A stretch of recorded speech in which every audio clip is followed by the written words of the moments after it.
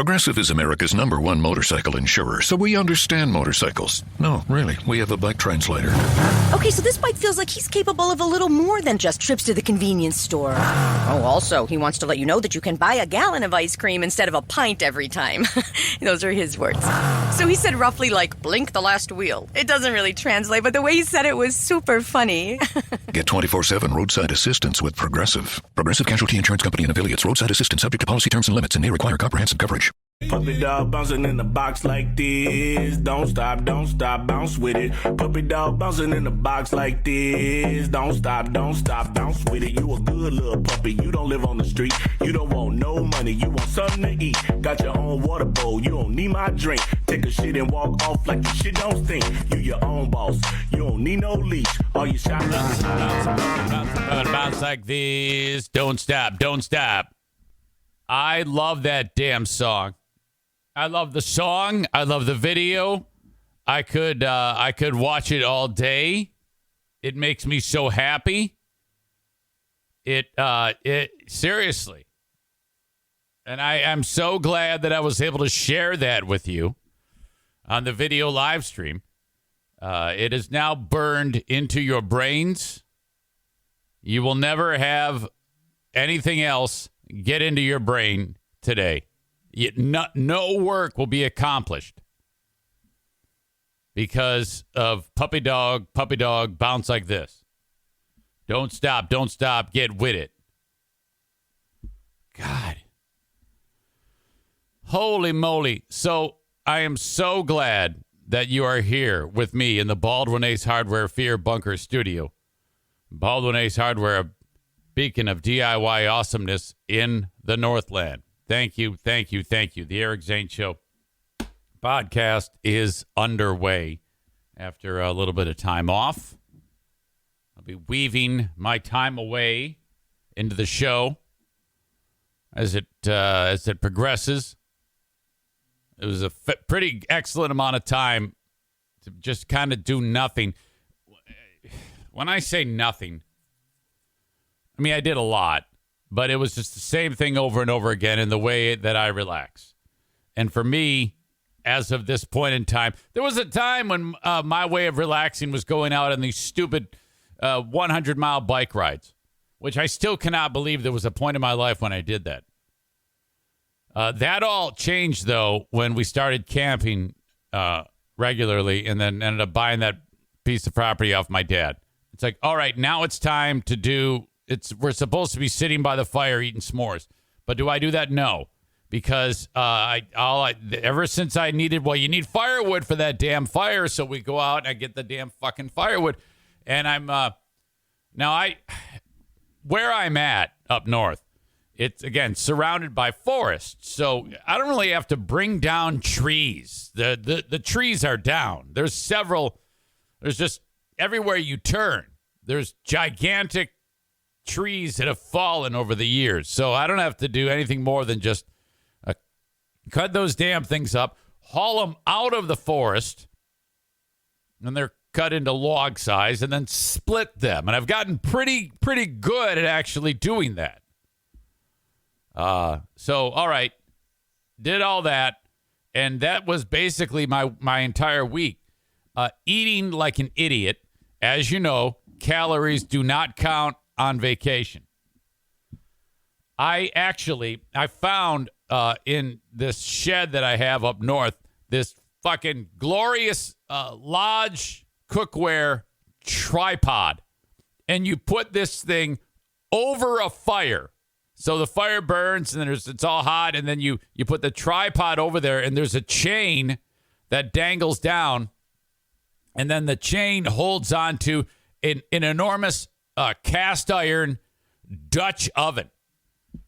And so this is like old school how to cook food. You throw a bunch of shit in the pot and then you let it cook. And man, I've had this thing for years and I've never even taken it out of the box. What a mistake that was. Because, all right, the fire's hot as hell. I put the thing over it and I decide I'm going to make chili. So I hang the cast iron from the chain and it's over the fire. And I throw 2 pounds of ground beef in it.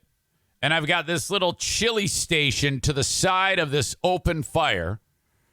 And I cut up 2 whole white onions, dice them, and throw that in the pot with the ground beef. And an entire clove of garlic. I've smashed them, taken off all of the little, shit around each clove, dice them up, or mince them, I should say, put that in there, and then, all that shit browns. Okay? And then you drained all the fat out of there, and then, off on the Eric Zane Show Podcast, slaughter the Turks, Armenian sweet heat chili. I know that the multi-talented Megan has made this. I sent it her way. I think Sarah Rook-Rock-Roosh may have made this chili recipe, but it is single-handedly the greatest chili recipe you are going to have. I had a chili cook-off with Henry Steffes a couple of years ago, and Sexy Voice Andrea won it, and I never did reveal this, but I actually got the most votes, and I should have won it, but I can't win my own damn contest. So I said, don't let me win. Are you kidding me? Go with number 2, which hers was very good. And it's not as good as mine, but at the same time, it was very good. So she won the prize. Congratulations again. But mine is superior to anyone's. I will put my chili in a blind taste test with any of you who thinks that you have an appropriate chili recipe. We should do this. We should bust out a chili cook-off. I think we were going to do one at Irvine's with Megan, and then COVID hit, or it was the middle of COVID. We decided it'd be a bad idea. Megan indicates, she says, Eric, I stole that recipe. It's so good. You never told me it was from Sarah. No. It wasn't from Sarah. It wasn't. She makes good chili, and I let her borrow it. It came from me, but I'm not the original creator of this. I just ripped it off of the internet. But at the end of the day, my cooking skills are better than all of you.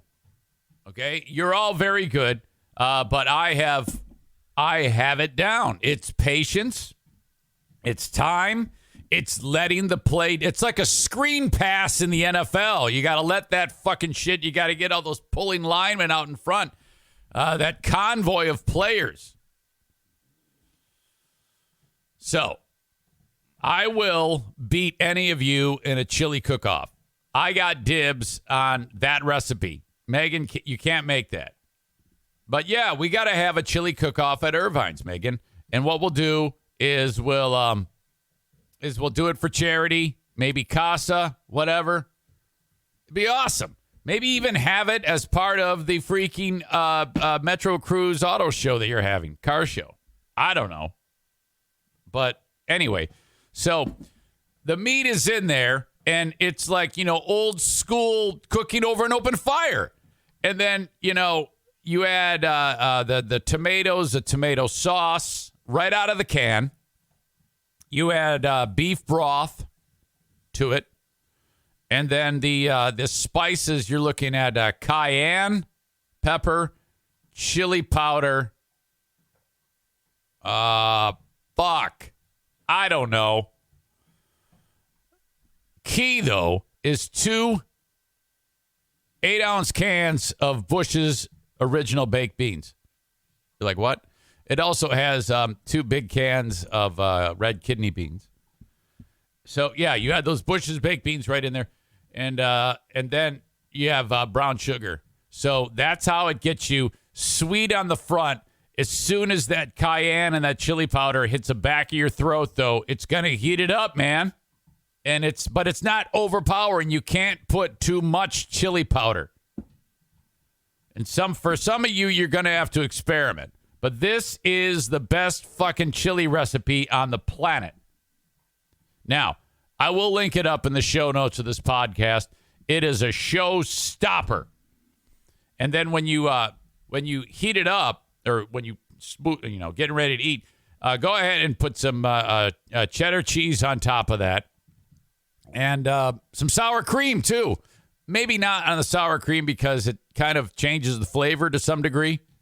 Oyster crackers, the whole deal. Oh, my God. Cook that all on an open fire. And it was fucking flawless. I am so proud of me. All right. I cannot win the chili cook-off, this hypothetical chili cook-off, because, everybody's going to be making the same damn recipe, by the way. I'll just make whatever. Okay. So welcome to you. I had a great amount of fun hanging out with family, my dad. Just, a lot of sitting around in the nice sun. The weather was good. There's a lot of stories that I need to tell you about, though, that are just ridiculous during this week. And I shared with you over Memorial Day a video of charity scam Mike shooting off fireworks. And I wanted to do a little bit more with that video, but I haven't had time. And in that video, back from Memorial Day, he is letting one of our nephews shoot off a Roman candle. Now, you are not supposed to shoot off a Roman candle by hanging onto it. You're supposed to just let it shoot straight up in the air. But Mike, he wants to shoot it off and let the kids aim it like it's a gun. And these are, 6 and 7-year-old kids.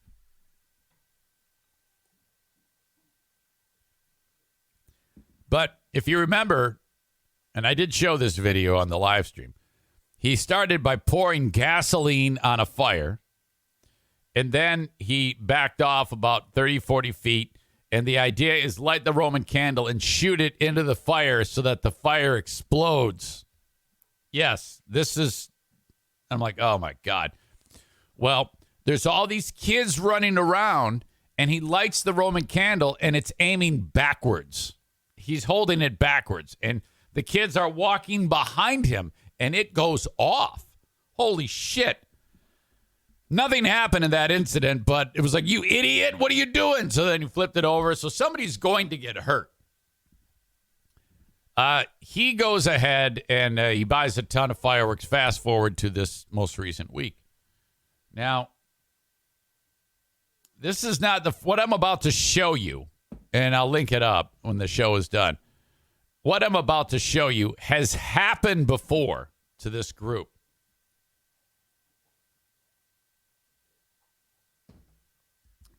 Just something just popped into my head because while I'm about to show you a crazy-ass video of fireworks exploding and something amazing, there was another video going around of this other family. God. I don't have it. I lost it. I'll have to Jen Psaki back to that, but it doesn't matter. Fireworks blew up in the driveway. Everybody lost their mind. It was incredible. But what you're about to see, this was just a sight to behold. My God. We're all sitting around the fire. And the fireworks are on a piece of wood. And I don't know why he did that, because the thing ended up, it was like a 2x4 thickness. It's like a 4x4. And it fell. And I think it fell. I guess I'm not entirely sure what the hell happened. But all I know is these mortars are supposed to shoot in the air and then kapow. I mean, really big explosions. This is some pretty high-end shit that he bought. But then while we're all seated there, something goes wrong, and one of those things blows up at ground level, like right where it's launching from. And so I'm like, what the hell? And my stepsister's daughter, my niece, Chloe, she busted out her cell phone, and she gets the last third of this thing exploding. And check this shit out.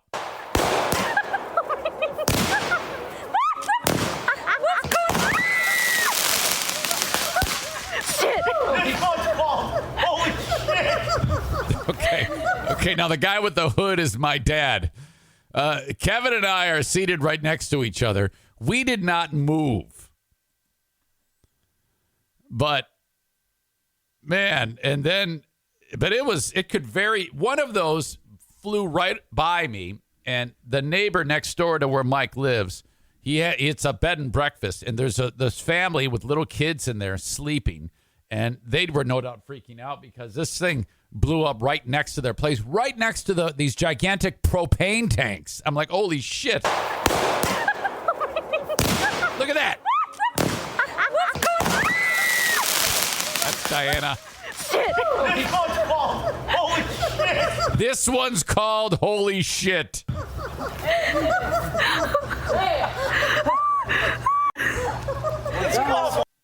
My dad had no idea what was going on. He was like, is that supposed to be that way? My poor dad. Jesus.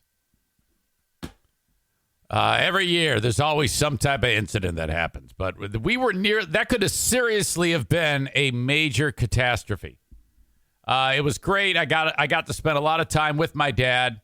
I can't stress enough the process of what he's going through right now. As you know, he is suffering from dementia. And, this is starting to, I don't know, get a little traction. Hang on a second. Hey, quit. And I think he has forgotten that he has dementia, which sounds weird, but it makes sense. His brain is slowly erasing the hard drive here, and it's getting pretty tough. He has his faculties to some degree, but the confusion is at an all-time high. It continues to escalate to some degree, and it is starting to weigh on me and him and the family. But he's not realizing what's up. And so he left with Joanne and Charity Scam Mike and Elizabeth before we did. And so it was like, like a weekend ago or last week. And so I wanted to see them off. And I had this stark realization, I hate to bring the room down, that as I'm sitting there next to him, oh God, I'm going to cry. As I'm talking to him, it's like, okay, they're getting ready to leave, and we could very easily leave at any time. Well, okay, you're taking off. I'll see you around. And I'm like, I'm sitting next to him, and I'm like, I don't want to leave until he actually has to leave. Because if I left, like, hey, well, all right, you guys have a safe trip, and I'm going to talk to you later. And then like a period of time left where I could have been seated next to him, talking to him. And then like an hour or so, and then he left. When the inevitable thing does come to pass, I was like, well, oh my God, what I would do for like that hour, So I guess I am trying to keep myself as focused as possible on the task at hand, to, cherish every moment that happens here on this earth. So I am realizing that, and I'm trying not to lose focus of that, and understanding that this is eventually to never, ever, not in any way take it for granted. So I didn't at all, and I feel good about that. And that's what I said to Diana after. I go, we gotta focus on these moments that are here on this earth, and if we have that opportunity to spend it with them, then we, can't be like diminishing and like taking for granted that we're going to see him again, because you just don't know. And I can't stress that enough. If you have someone in your life who may be like, getting into that type of weird zone where there's that type of mortality is creeping into day-to-day life. But yeah. So that's what's up. I had a great time with them all, but it isn't, I'm not going to sit here and be sad. I've got a lot of ridiculous things to discuss with you. In addition to that great moment with the fireworks, thank God no one was hurt, because now we've got a great memory.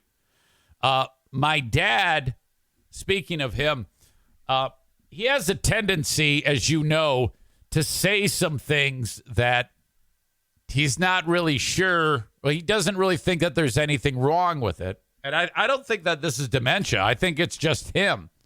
He just always tends to say things that are just slightly silly.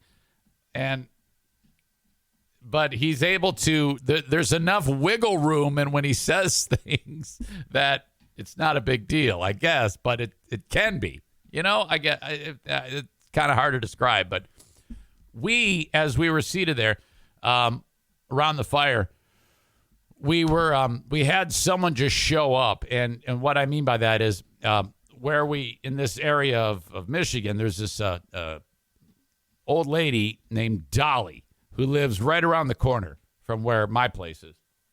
And for years, Dolly was married to Orville. That's right. Dolly and Orville. And Orville just passed a handful of years ago. He's a World War II veteran, very highly decorated World War II veteran, and he succumbed a few years back. So Dolly is alone. Now, I shouldn't say alone. They have a daughter. Dolly and Orville have Doreen. So Doreen is taking care of her mother. Doreen is about my age. And by the way, thank you for the well wishes on the birthday. 52 years old. Thank you so much. Doreen is just a couple of years older than me. Now, I remember growing up as a kid, seeing Doreen show up around the bonfire. And as it would be, I haven't seen her in probably 40 years. But Dolly had a garage sale, and Diana went with Elizabeth, my stepsister, and their daughter, and they come out. They go, "Hey, this Doreen chick." I go, "Oh yeah, I remember Doreen." Okay, so I guess Elizabeth said that's Charity Scam Mike's wife, "Hey, yeah, you should drop by." Now Doreen doesn't have any idea where Charity Scam Mike's place is. That's the place I was showing you where the fireworks were going off. That's not my place. That's about 2 miles from my place. Hang on. Daisy! Licking her paws. She doesn't have any idea where their place is, but she knows where my place is. It's right near where they are. So she doesn't have any idea, though, where Elizabeth's place is. I guess she said to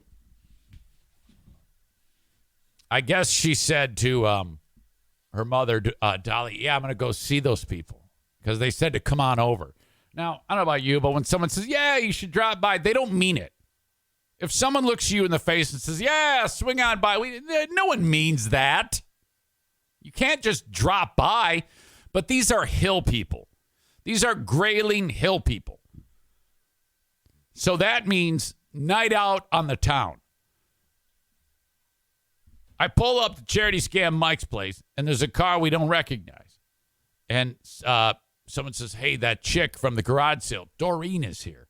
And I go, "Oh, okay, all right." But no one really expected her to really.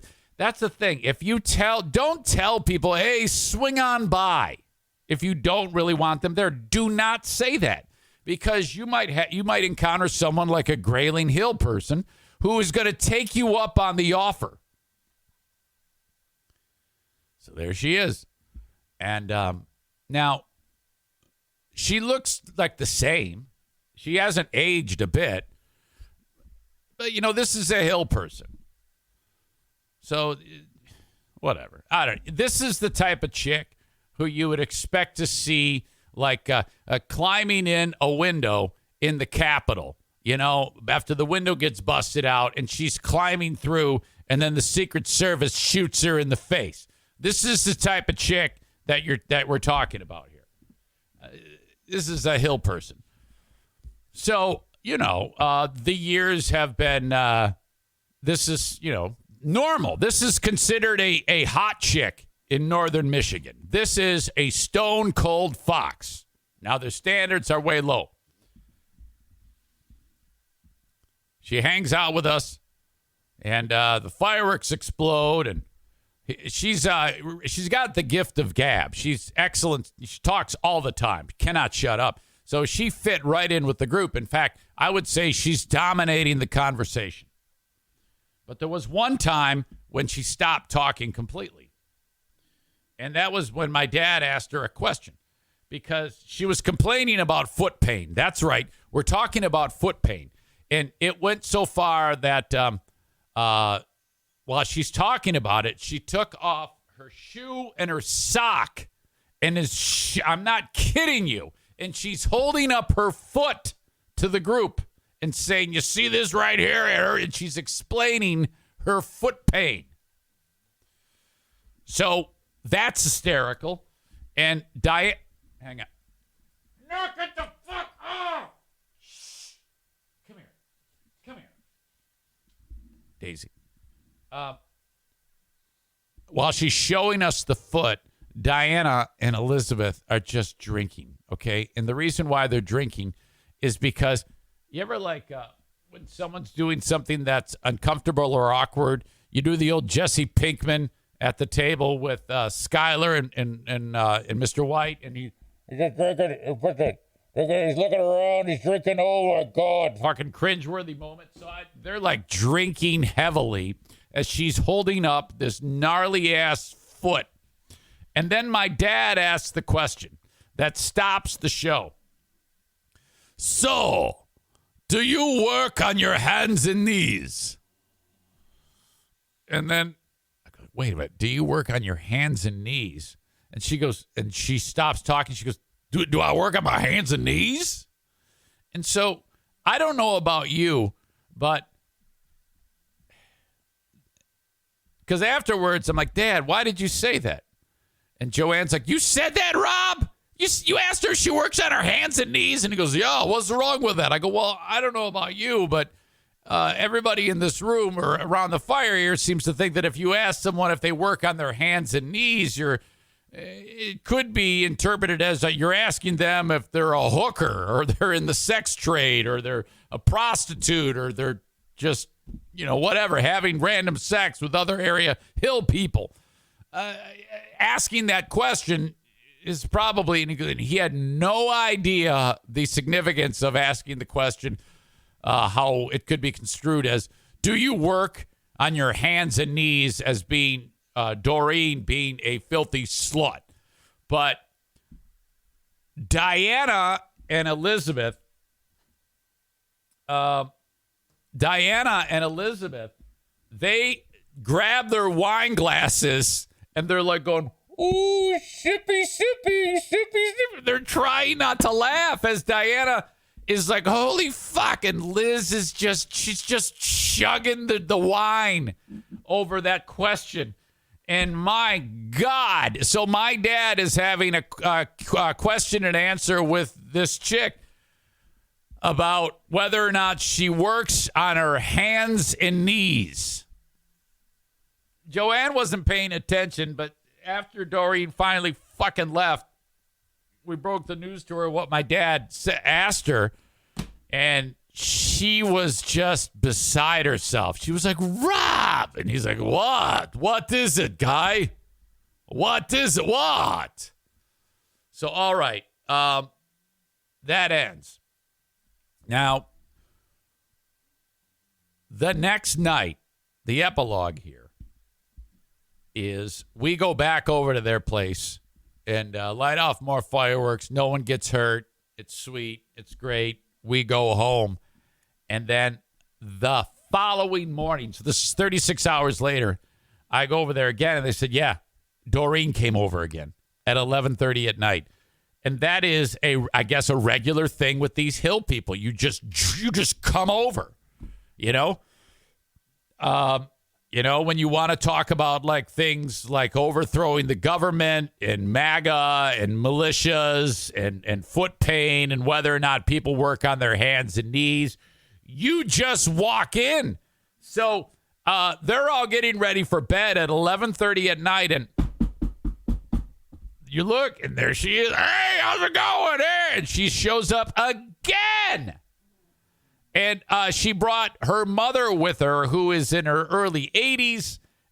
And she goes, I just wanted to see you, Rob. I just wanted to see you. And my dad goes, who are you? Who are you? He had no idea. I was like, oh, fuck that. It's Dolly, Orville's wife. Oh, hey, guy. So it was just a spectacular bit of awkwardness. And now we have another great quote that will never, ever leave the campfire.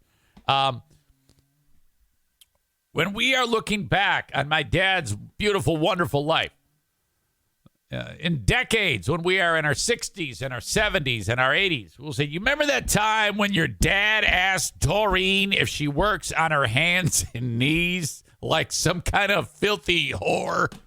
And I'm like, yes, oh my God. Oh, spectacular. That is the infamous Doreen incident from this dad and Doreen from this day forward. God. Hey, so there's a number of people that are enjoying the show, not only on Twitch, but on Facebook, Twitter, and YouTube.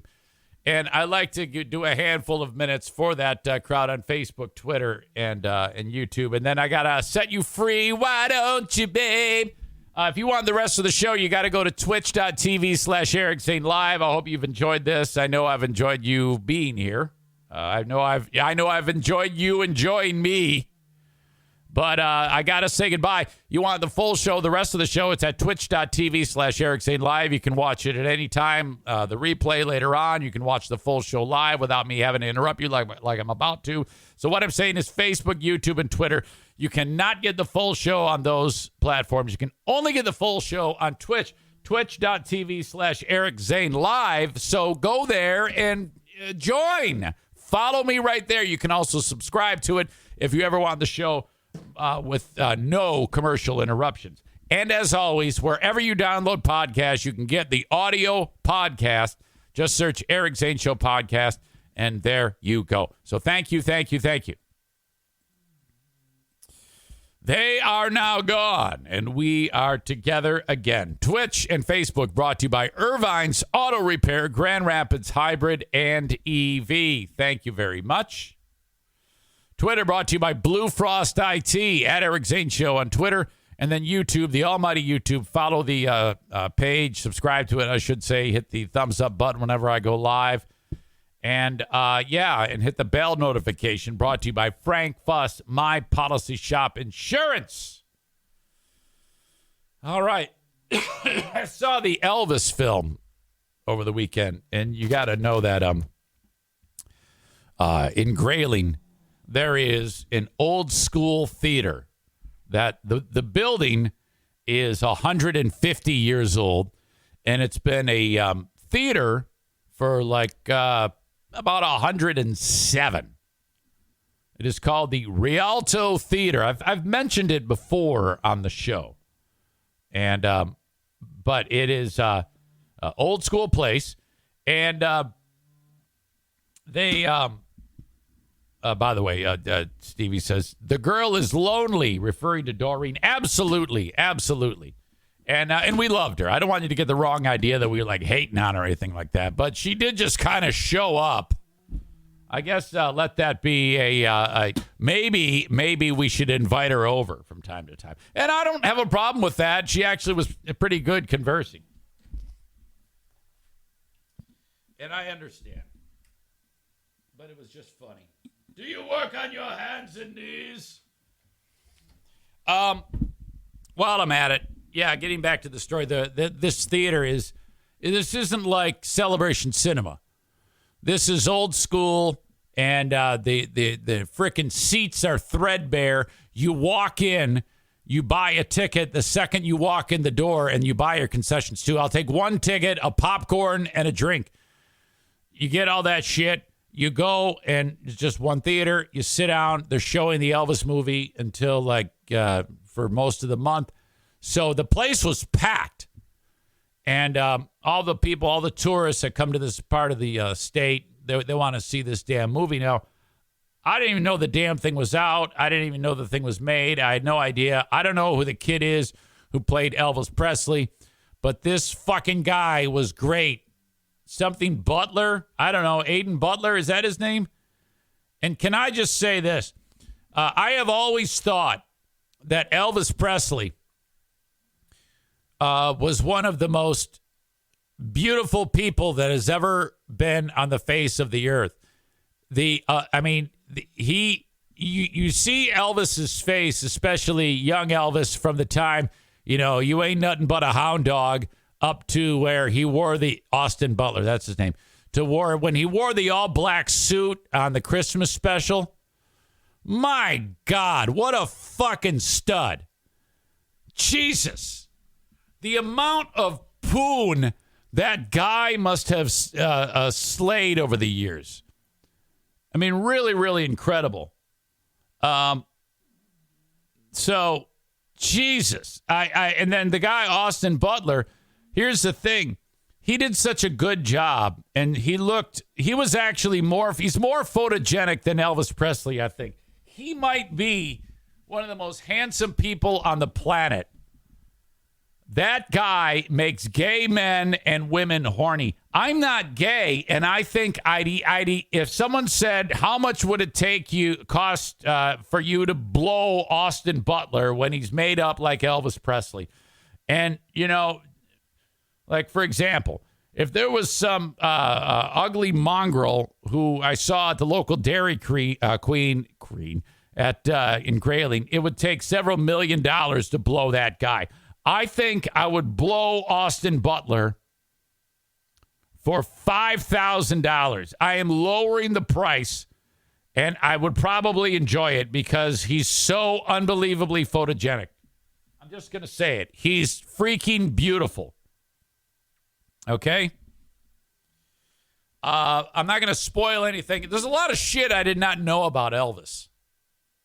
I did not know most of what they talked about. About all I knew about Elvis Presley was, the chicks went wild. You ain't nothing but a hound dog. And then he went to the Army. And then he had he has a giant mansion. And then he shot a TV. And then he died. And Priscilla was super cute. And then Lisa Marie. And then, I know very little. But I really think you should see this movie. You're really going to like this film. Let's see. What can I say about the film without ruining anything? Nothing. I will say this. They didn't cover it in the film, but I was reading about Elvis late in life. He died in 1977. I have no memory of Elvis dying. Amanda says Elvis dies. Spoiler. Yeah, everybody knew that. But, so there's been a lot of, how did he die? Because he was actually on the toilet. And I was reading that when he was on the toilet. So when you're seated on the toilet, in a seated position, when his heart exploded, he then fell forward. And his head hit like the wall. So he was still in a seated position, but dead, with his laying, or like his head on the wall, or perhaps he had fallen on the floor at that point, but he was still in a seated position when it happened. Now, one of the things I did not know about Elvis is, and a lot of people are aware that he had a high dependency on prescription medication. And, but what I didn't realize was that was affecting his health in such a way that it was causing him to become constipated, like seriously constipated. And he would eat a ton of food. If you remember, Elvis got quite chunky and bloated at the end there. And so, God knows how messed up his intestines were. And the theory is that when you are you're trying to get a nice sized log out, you're like going, And that is called the Valsalva Maneuver. And I don't know why it's called that, but when you do that, you put pressure on your main blood vessel, your aorta, which is, if that you have any issues with that, you're going to know it. Well, the theory is he was putting so much pressure down and his heart was in a weakened state because of years of abuse that all of a sudden, all of that work that he was doing trying to push out the log, he caused himself to have a fucking grabber. Jesus Christ. So the film was sweet. You must see it. Tom Hanks is, seriously, top of his game. Top of his game. Absolutely incredible. Austin Butler, a dream. Jesus.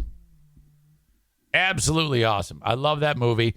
You should go check it out. It's funny because I heard from Aram, who said to me, goes, hey, I know you're on vacation, and I had already made the plan to go see that fucking movie at this old school theater. And he says, if you get a second, go see that movie. I go, you won't believe it. It's playing in this little shithead town. And I'm going to see the damn thing. And he was absolutely right. Spot on. It's a great movie. You got to see this. It's the guy who made it. I forget the guy who made the damn thing. He puts it kind of on its ear. He sprinkles in a lot of things that to move the story along in kind of a unique way that very different of how he made the film. But I think he hit it spot on. This isn't like some slow, boring biopic. They do take some liberties with the story because I did some fact checking on it. But who gives a shit? It was cool. Love that movie. When you're in a theater like that, this is not surround sound. Surround sound. This is not surround sound. The sound is coming from the front. There's nothing in the back. We are in the very, very back row. And it's me, Diana to my left, and the NFK to my right. The NFK is so addicted to nicotine that he can't go any amount of time without chewing tobacco. And then it dawns on me when I'm in the room, in the theater, that I'm smelling this shit skull long cut wintergreen. He's dipping. So I'm like, dude, what the fuck? And it's just a horrible smell. So fucking rude. He has no idea how rude it is. But the rudeness doesn't end there because while he's dipping, and every time he does it, the shit goes everywhere. You know, it's like, fuck, dude. To his right, this couple sits down. And this is 10 minutes into the movie that they sit down. And so we're off and running. And I'm paying attention. And they sit down, and then they immediately start talking. And it's not a whisper, but not as loud as I am right now. And, one word, two words, a couple sentences, whatever. I'm giving it the grace period is dwindling. It's like, okay, I'm gonna say something. I'm going to, and so I guess I have to ask you, what would you do if you're at a theater and someone can't stop talking during the film? That might be one of the most rude things on the planet, next to the NFK dipping during the fucking movie. I don't even like it. I feel bad if it's a quiet part of the movie and I have a bag of candy or something like that, and I wait to open it until, Maverick goes flying across the sky where it's loud. Then it's okay for me to open. I don't want to wreck the flow of the story that these people pay to fucking see. So to these people to my right, shut the fuck up. So I look over and I did it. I go, shh. I look right at him and go, shh. And it didn't stop. It didn't slow down even a little bit. They looked right at me and kept right on fucking talking. And I'm like, now what? Now what am I going to do? Fuck me. Jesus. So they didn't shut up. They talked pretty much half the movie. And that was terrible. Amanda says I have to go to movies alone. Yeah, that I believe. If I go to a movie with you, Amanda, I'm actually going to say, Amanda, all these people are going to hate your guts. You must shut the fuck up. You must be quiet.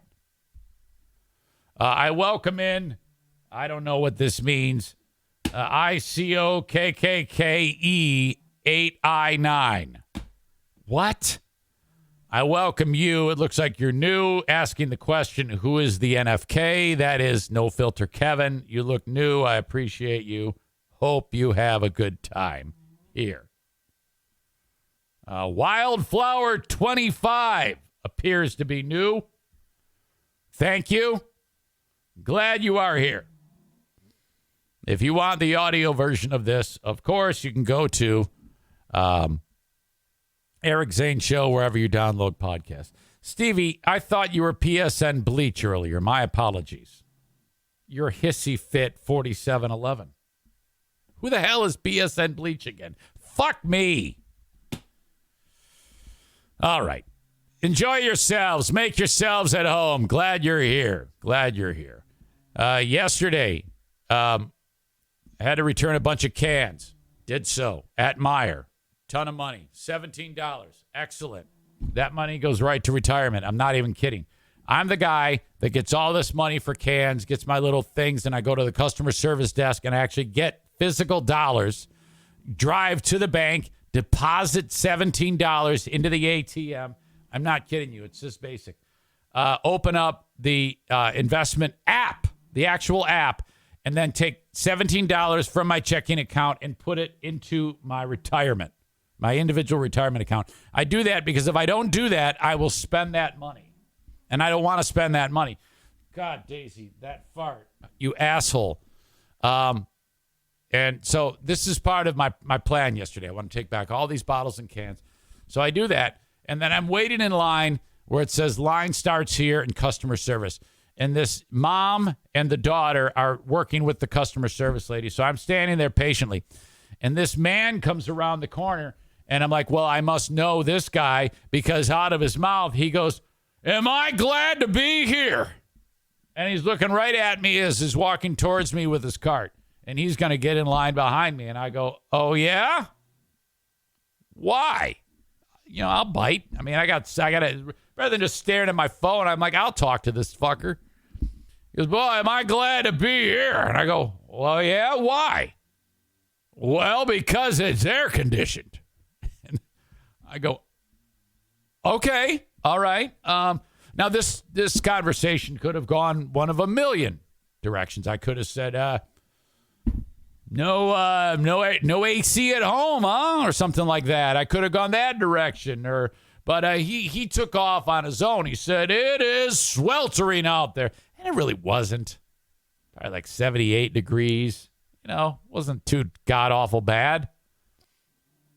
And I go, wow, yeah, you know, I guess it is nice in here, sir. And then that thought ends and he starts the next one. He's probably like 75, 76 years old. And this actually happened. This happens to me all the time. I guess I look approachable, you know? I guess I look friendly. This man walks up to me and I see my father in him. Quite a bit younger than my father, of course, who's 88, but he says, and today's a good day. And I go, yeah?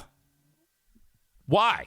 He goes, because I got these for $30. And he's got a pair of Skechers. And I go, in the box. And I go, okay, yeah. Now, I don't know why he's in the line, but he's obviously going to buy these shoes. I don't think he's going to, you can't buy them there. Maybe you can. But anyway, he's getting in line behind me. I go, oh, okay. Now, this all takes place in about 90 seconds. He starts with the shoe story. This is what we all must do when we become elderly. You know, like in our 70 and up, this is what you do. He probably is punking me. He's probably not, you know, he's just doing this because he knows he can get away with it because he's that old. But now what, if anyone else, if someone who was the age of like you guys, who's 40 or 50 and came up to me and started talking to me like this guy is talking to me, I'm going to kick him right in the fucking chest until he's coughing blood. I don't want to fucking talk to you. What the fuck are you doing? But my defenses are down if it's an elderly man or a woman. Okay? I see my parents. And he goes, I got these for $30. And you know what? I go, what, fine sir? I went to the mall just before this to get these same damn shoes at Sowen Trail and Stream in the mall, and they were $127. I go, $127, and they're $30 here? You saved that much money? He goes, I know. Exact same shoe. Now, it's probably not. It's probably not the exact same shoe.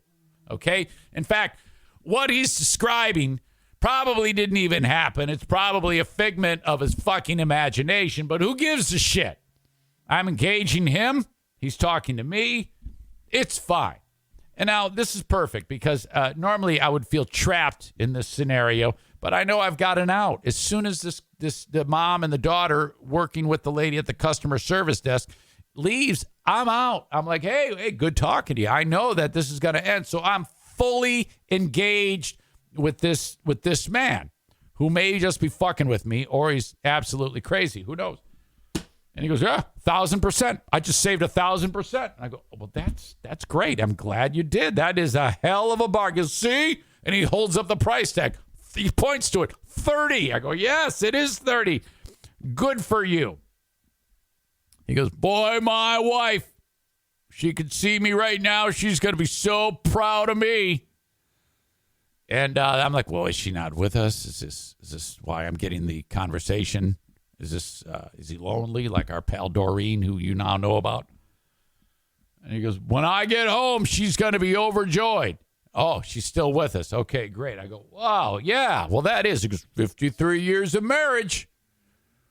I tell you what, if I didn't have her, and he's so grateful for his wife, if I didn't have her, I don't know where I'd be. 53 years of marriage, 3 kids. 16 grand, got it, or whatever the fucking numbers are. He's got it. You got it. When you're that age, you give the roster. I got 6 kids, 13 grandkids, 26 great grandkids, and he's giving me the roster, and I'm like, oh, wow, that is, those are great years when you have grandkids. He goes, yeah, you wait. And I'm thinking to myself, well, that is a compliment because I've been a grandpa probably nearly as long as you have, but that's another story. I was 41 when I found out I was going to become a grandpa. But thank you. So I didn't want to open up that can of worms and say, well, actually, I am a grandpa twice over. I didn't want to do that because then he'd be like, what? What the hell? What? And then he's like, and God will. He mentioned God and Jesus and stuff like that. And I'm like, I think he was going to try to evangelize at this point, but I made it very clear that he's preaching to the choir. He was discussing something about baby Jesus or something, and I don't know. I was starting to lose my train of thought because I thought that any second now he was going to talk about, storming the Capitol like they do around here or some other crazy shit, or maybe he doesn't like blacks. But so I didn't want to go too far down the road with the dude. But this is all in 90 seconds. So then the lady at the customer service desk, she goes, okay, who's next? And I go, oh, that would be me. I go, hey, sir, good talking to you. You have a wonderful day. He goes, you too, and God be with you. I go, he is with me, and God be with you too. Thank you. So then I walk away.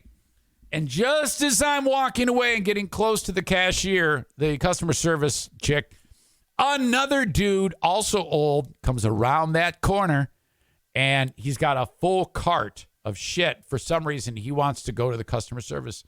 And old man sees this old man, and as soon as he sees him, he's talking to him like it's a long-lost friend. He goes, wow, look at all the stuff you got. You taking that in this line? He's like, actually, and this guy's like, what the fuck? He is not engaging the old. He's another old timer. So as soon as that happens, I'm like, I'm wondering if these old timers are going to fucking fight to the death. But I lost interest, got my $17, got the fuck out of there. The day was not complete, though, until I got home and was able to look into the backyard and witness what I saw. And that was the freaking duck. My God. 2 days prior, actually the day, wait a minute, this was on, yesterday was Sunday. I got home Saturday. So Saturday, I'm in the yard and I let the dogs out. And they go racing towards the pool and there's a duck on the edge of the pool. And then he goes, rah, rah, and jumps in the water. I'm like, oh my God, this is so cool. So then I busted. The dogs are losing their minds. I put them inside. And then I'm shooting video of this duck because, hey, look, kids, there's a duck in the pool. And that's when I realized that this duck has a fucked up leg. Now, I'm going to show this to you right now, and you can see for yourself.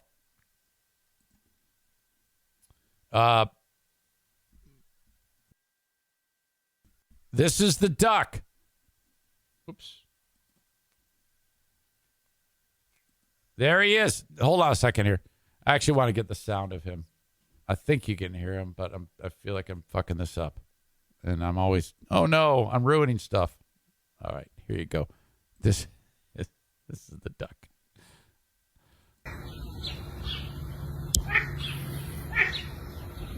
This duck.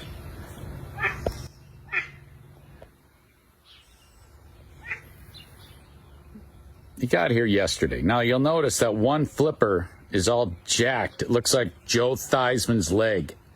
Okay, now you see the one flipping, propelling him through the water. It's like, oh, this is, you know. And then the other one.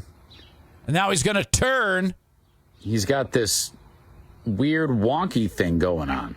Like the one little flipper flips away like a normal duck would. And by the way, I learned this is a female duck. But then the other one. Look at the other one. Look at that. That is so Theismann. The duck has Theismann leg. Hi, Lisa. Okay, so there you go. That's the fucking duck. And so now this actually is video from yesterday. And the day before, though, is when I first discovered that this duck has whatever's going on. Now, I thought that it was just injured. Like somehow it had just gotten injured. By the way, I see Kent says, I thought this was a video about your chins. I have gotten so much shit from numerous audience members about my fat chin. That seems to be the running joke because the obesity, you can see it here if you really want to look. Look at my chin there. It's from a low camera angle, but everybody had a good bit of fun talking about my fat chin. And it's like, oh, fuck, shit, you're right. I got to do something about that. That's a motivator right there. Look at that fucking chin. It just dawned on me you can't see it. So let me back up and show this to you. Ah! What the fuck? What just happened? There it is. My God. Look at that chin. Ugh. So everybody's ripping me a new one about my fat fucking face. Ugh. God, you're right. Looks terrible. Anyway, when this all unfolded, I was like, "Oh my God, this duck is hurt." So I immediately looked up wildlife rescue, and there's one organization that I saw that they actually will come and rescue the duck. And so I called the guy. His name is Matt, but he lives way the fuck far away in like Ann Arbor, Michigan. And he goes, so I'm explaining to him. I go, oh my God, I got this duck in my pool and he's hurt. You must come rescue him. And now this guy knows everything there is to know about ducks. And he goes, well, I can't. That's too far away. He goes, are you sure it was just hurt? I go, well, I don't know what the fuck else could happen. And he goes, well, that's the thing. Ducks, they adapt. This duck may have injured himself and they figure it out, or it may have been born with a birth defect. And the duck, he goes, shoot me a video of the duck. I shoot a video of the duck. I send it to this guy. He knows everything there is to know about ducks. He goes, duck's fine. I go, what the fuck you talking about? The duck's fine. His fucking leg is busted in half. He goes, I would not worry about that duck. He goes, get video of it out of the pool. Duck gets out of the fucking pool. He's standing on one leg, and he's hopping. I shoot the video. I send it to the guy. He goes, yeah, the duck's fine. What do you mean it's fine? How can it be fucking fine? He goes, trust me, man. That duck is healthy. It probably has eggs nearby. It can swim. It can hop. And it can fly. There's no problem. And I go, I don't know, man. He goes, leave it alone. It'll be gone by the morning. I go, what do you know about ducks? He goes, everything. I do this for a living, dick face. But if you need a number, you can call these people in West Michigan. They won't be able to get the duck. He goes, I go, what do you mean? He goes, I told you, there's only one person who can capture a duck in the entire state of Michigan, and you're talking to him. I go, I can't just go up to him and put him in a box? He goes, no, you asshole. It's a wild animal. He goes, okay. And then he says to me, he goes, go try getting within 20 feet of that thing right now. And I did, and it fucking jumped out and hopped away. He goes, it's going to be terrible if you try to grab that fucking duck and you're going to injure it. Leave it the fuck alone. So Matt says, trust me on this, okay? You can have this number, and but again, you're not going to be able to do this. I go, all right, fine. He goes, to get some dry corn and throw it out there for him. I go, why the fuck would I do that? He goes, well, you want it in case it is starving, which it's not, because I can see it's a healthy duck. It'll get something to eat. I go, all right, I'm going to do that. Right away, I'm thinking it's going to think it's its home. Sunday morning rolls around, and all I'm thinking about is this duck. This duck is hurt. The duck is in terrible pain. I open up the window, duck's gone. No duck. I'm like, what a little asshole. And by the way, he took the biggest shit in my pool. This plume of duck shit came flying out of him. You could see it just dissipate in the water. Like, oh, fuck. It's like a shit nebula floating in the water. So then, Sunday, the day goes by, doing my chores around the house. Diana goes out with the divorced chicks to the boat. And by the way, I guess I keep fucking that up. It's not a dude, it's a she. That's a female duck. My apologies. It's a female duck. And I turn around and the fucking duck is back. I actually see her come flying in perfectly. She puts the one leg down and the other wonky leg, which does nothing, like fucking Sully Sullenberg, and just beautifully just lands right in the water, and the little shit starts swimming around again. And she's like, I like this place. This is nice. Nice clean water for me to shit in. This dick feeds me. Oh my God. This is heaven. And that led me to shooting that video, and here we are. And then I reached out to the local people, and I said, hey, I got this duck. I actually sent a note to him. I feel kind of stupid about this. Thank you for contacting Wildlife Rehab Center. Please respond with your name, address, what you have, and a photo if possible. We will be with you shortly. So I took a picture of this asshole, sent it along with my info.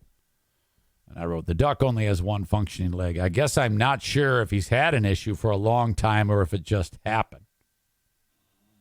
They write, can you get it in a box? Negative.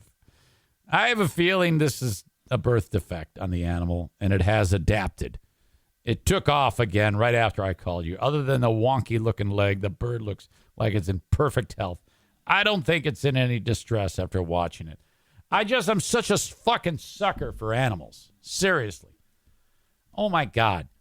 I am so triggered by any type of when someone even sends me the story about, hey, this dog was found and it hated everybody and now it has a home. It's some beautiful video on the dodo or whatever. I can't even watch it.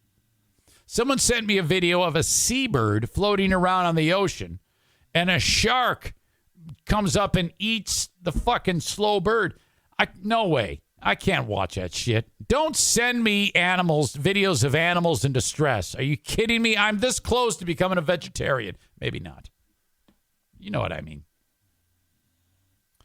All right.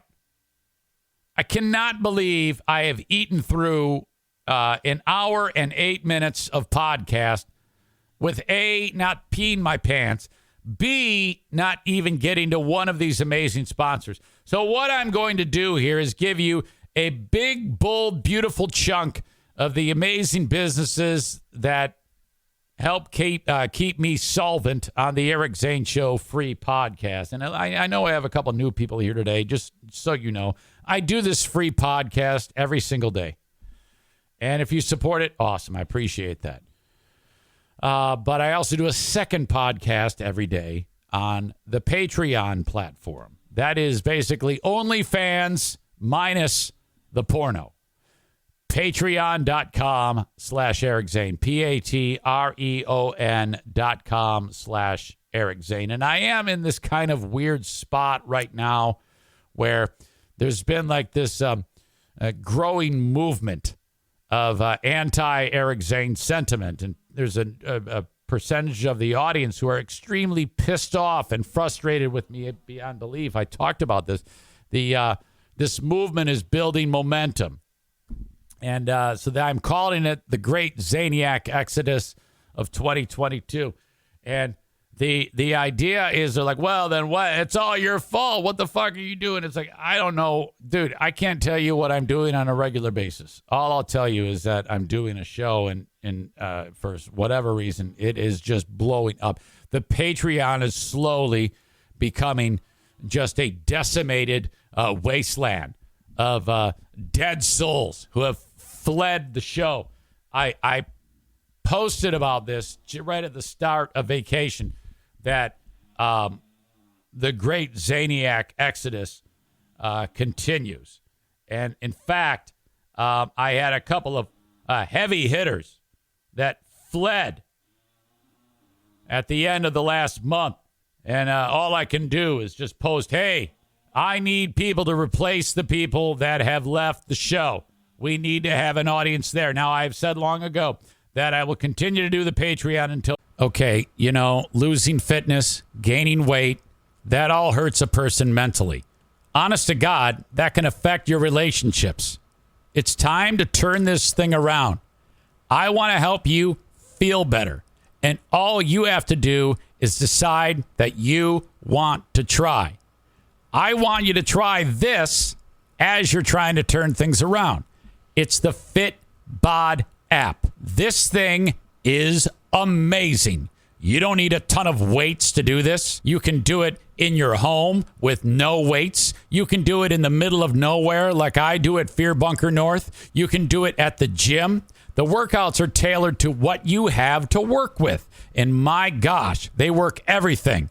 Muscles, cardiovascular system, you name it. It's time to turn it around, and I want you to do it by using the Bod app. One of the important things about Bod is the algorithm changes, which, those are words that's kind of like above my pay grade, but it senses and knows when you're improving as you work out and updates your fitness plan as you go so that you're not like stagnating and things like that and plateauing. Bod has figured it out, and all you have to do for less than the cost of one session with a personal trainer, you can get a full year of personalized workouts with Bod. It integrates with your Apple Watch, Wear OS smartwatch, and apps like Apple Health, Fitbit, and Strava. Man, this is incredible. You can crush your summer fitness goals with personalized workouts from Bod that improve as you do. Get 25% off your subscription or try out the app for free when you sign up now at fitbod.me/Zane. It's got to be fitbod.me/Zane. Try it out and see for yourself. 25% off your subscription or try it free at fitbod.me/Zane. Fitbod. New message. What up, what up? It's Heather's cousin. You dated her in college, or maybe you were just in the same class. Anyway, I heard you bought a boat, my man. Let's hit the water. Oh, and Heather told me you always liked, snacks and stuff, so I could totally bring some chips. When you get a boat, you also get new friends. Make sure Progressive's one of them and get coverage today for as little as $100 a year. Hey, also, I'm a little short on cash, so can you cover the chips? Thanks. I can see why Heather liked you. Progressive Casualty Insurance Company and affiliates. Annual premium for basic liability policy not available in all states. There is one left, and we have 3 people on Patreon now. It was 4, but now there's only 3 people on Patreon. I welcome in Paco Hernandez. Paco is a really hard worker, and he is part of the growing audience of Latino gentlemen. So welcome to Paco. Paco comes to us from the WATP, who are these podcast family, where he was a fan of that. I'm not even sure where Paco lives, but he signed up on Patreon, and I had a nice conversation with him. And I think Paco does a show too, and I'm kind of interested in this, Paco. If you do a show, you know, if you're going to give me the time of day by supporting me on Patreon, you better damn well be sure that I'm going to introduce you to the audience about your podcast, okay? So I'm pretty sure you have a podcast. I guess I haven't done enough research on that. But please don't make yourself a stranger. Eric at ericzaneshow.com. I'd love to talk to you more, Paco. But thank you for joining me on Patreon, Paco. Also, Robert Taylor signed up for a year. This is after I posted about the great Zaniac Exodus. I appreciate that, Robert. And then Ryan, I believe I say Plas, P-L-A-S. Ryan signed up. I appreciate that, Ryan. So you made me feel a lot better at the start of vacation after the great Zaniac Exodus continues to take hold. I don't really have anything else to say about that. I don't want to say anything that could possibly alienate even more people on the great Zaniac Exodus. But you have a faction of people who are furious with your old pal Eric Zane. They've had it with my shenanigans.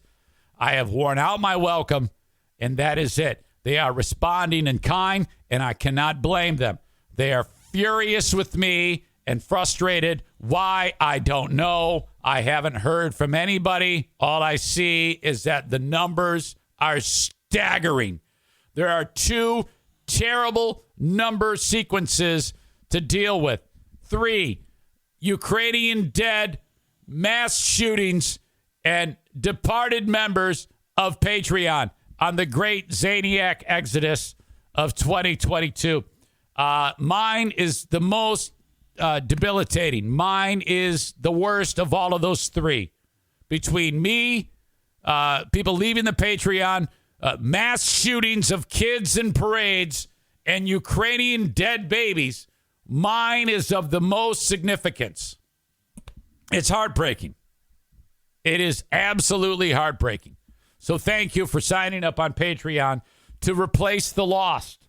That is all I can do, is move forward. Just like Rocky said, it's not how many times you get knocked down. It's how many times you get up and keep moving forward. You got to start building hurting bombs.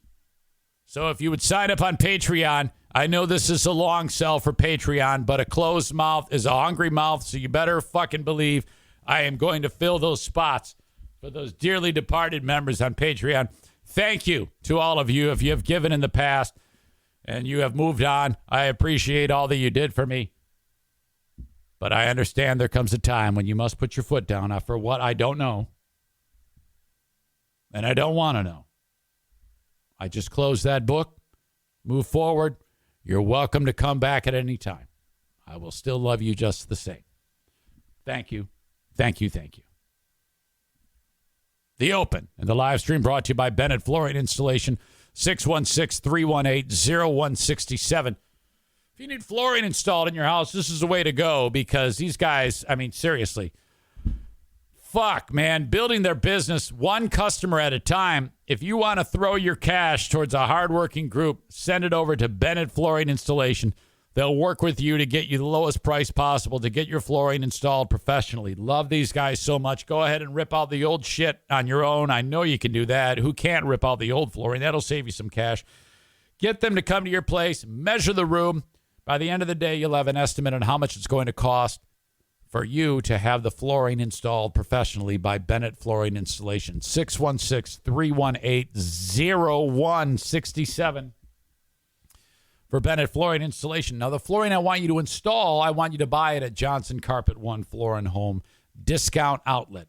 2 stores, but I want you to go to the discount outlet. The main showroom is great. That's where Darwin works, air-conditioned with all the rich people, okay? Just down the road is where the real rubber is meeting the road, as Kent dropped the E at a U. Aram, the Armenian strength of 10 men, flooring guru, is there. And also, I believe Josh is a dude's name who doesn't listen but should. Anyway, Johnson Carpet One Floor and Home Discount Outlet on Chicago Drive, just behind Little Caesars on the north side of the street in Granville, Michigan. Ugly tan building, small red sign, unbelievably discounted flooring. Okay? The reason why Darwin, the rich dude who works at the main showroom and owns the place, buys flooring from all the major manufacturers by the 53-foot truckload and has it delivered to the discount outlet where it ain't the prettiest flower, but you're going to get deep, deep discounts because they pay so little for it themselves because they buy so much. And when you mention my name, you save 10%, so that's awesome. Thank you to the folks at the discount outlet. Bosco's Pub. Still swinging for the fences at Bosco's Pub. Bosco'sPub.com. That's where you can get the menu. This is a beautiful place to eat in Hudsonville, Michigan. Small place, part of Terrace Square. Very nice, too. Nice atmosphere. Bosco's Pub, Hudsonville, Michigan. You're going to get hamburgers and quesadillas and shit like that there, and mozzarella sticks. And cold beer, stiff drinks, just like the Wieners. You guys can have your MAGA meetings there. Seriously, if you walk in there wearing like Trump 2024, someone's probably going to suck your dick. Okay? That's where we live right now. I don't know if they feel that way. I'm just saying that the clientele is, if you were to look at the voter percentages in Hudsonville, Michigan, 99.5% of the people are conservative. So there you go. Bosco's Pub in Hudsonville, Michigan. Speaking of conservative, Frank Fuss, My Policy Shop Insurance, 616-914-4070. It's about time you got yourself some health insurance. If your employer does not have insurance for you, doesn't offer it, or maybe you're just a part-time worker, you don't get it, or you are self-employed, or you're between jobs, it's still very, very possible for you to get insurance. Gone are the days when it costs you thousands of dollars a month to have an insurance policy. That's because of Obamacare, okay? A great president, Barack Obama, came up with this plan, and thank God John McCain, the Maverick, said, thumbs down, Trump. Thumbs down. That's why Trump hates him. Hated him. Well, he's dead. Anyway, God bless McCain for giving thumbs down. Reason why I say all this, I'm not even a Democrat. I did not vote for Barack Obama. Fuck that guy. Anyway, though, the healthcare.gov is a fucking godsend. I have been buying my insurance on healthcare.gov for almost 4 years. And it's not easy to navigate this on your own. Call up Frank, 616-914-4070 from My Policy Shop Insurance. If you don't have Frank do this for you, you're going to screw it up like I did my first year doing this. You're going to buy the wrong policy. Frank's services are free. He's a licensed independent insurance agent / broker. He does not get paid by you, the client. He gets paid by the insurance companies. So reach out to him when you need insurance on the marketplace or Medicare. He's the Medicare Advantage Plan expert. If you or someone you know or love is getting ready to turn 65, 616-914-4070. Finally, before I take a leak, my God, do I got to pee. Full House Comedy. Online at fullhousecomedy.com. Let me see what's up. It's been about a week and a half since I've seen the shows coming to town. Aha. Wednesday, the 20th. Don's working with this comedy group called The Chocolate Factory. Translation, black people. The Chocolate Factory Comedy Show's Urban Comedy Showcase. Oh, my God. There won't be a white guy there. That's at a place called Rowan Park. Oh. John Polar Bear Gonzalez. Hispanic Causing Panic Tour. That July 22nd. So I guess we're taking a week off. Paul Verzi at the Park Theater. Also at the Listening Room. Coming up on the weekend of July 28th, 29th, and 30th. Mike Palisak to kick off August. Tim Meadows, second weekend in August. Fucking Stanhope's coming. Doug Stanhope, August 21 at the Listening Room. All right. Details and tickets for these shows and others at fullhousecomedy.com.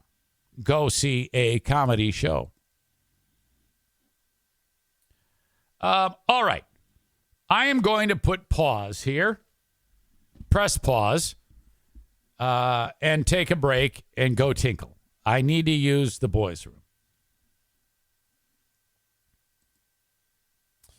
But in order to, pass the time appropriately, I think it's important that I entertain you. You with a treat. I could leave you in your cage and you won't even pee. Yeah, that's what we're going to do. You can fetch a ball, but you ain't fetching for free. You could chill in the house, but you love when we leave. You a good puppy, you ain't sassy.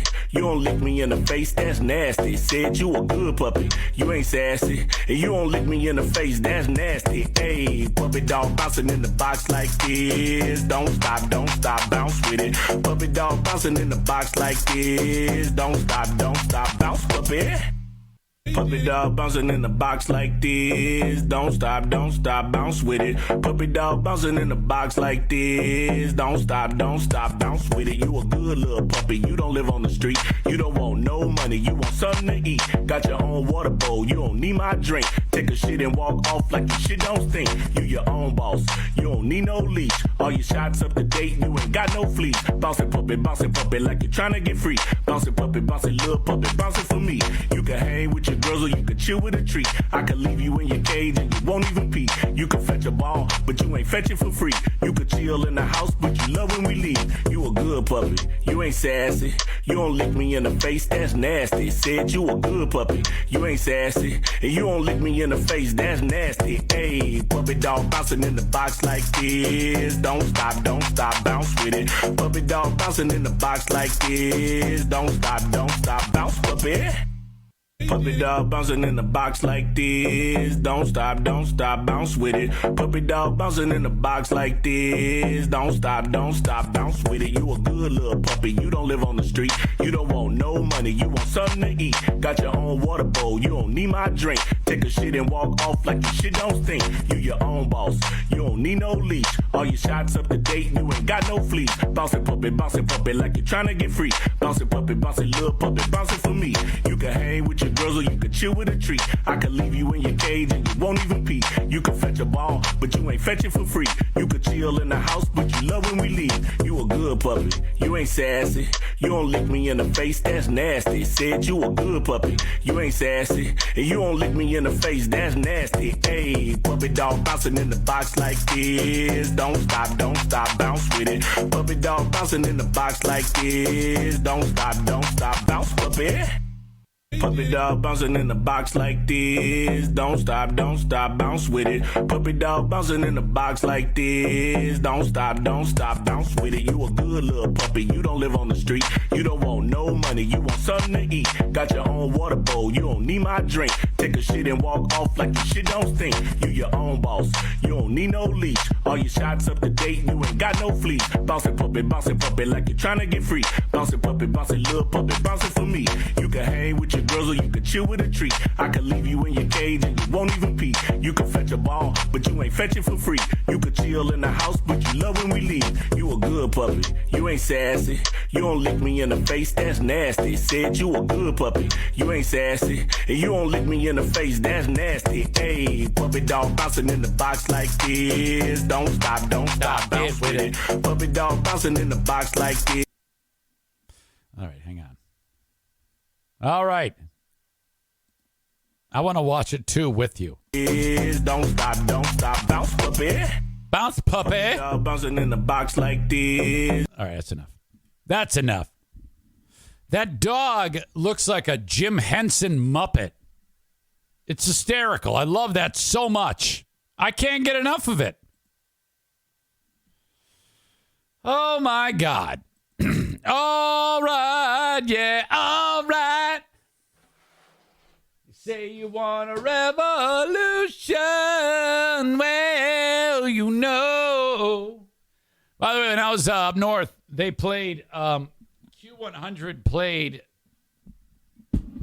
American Campfire. I should get station owner JC on to talk about that. Everybody loves the American Campfire. Okay.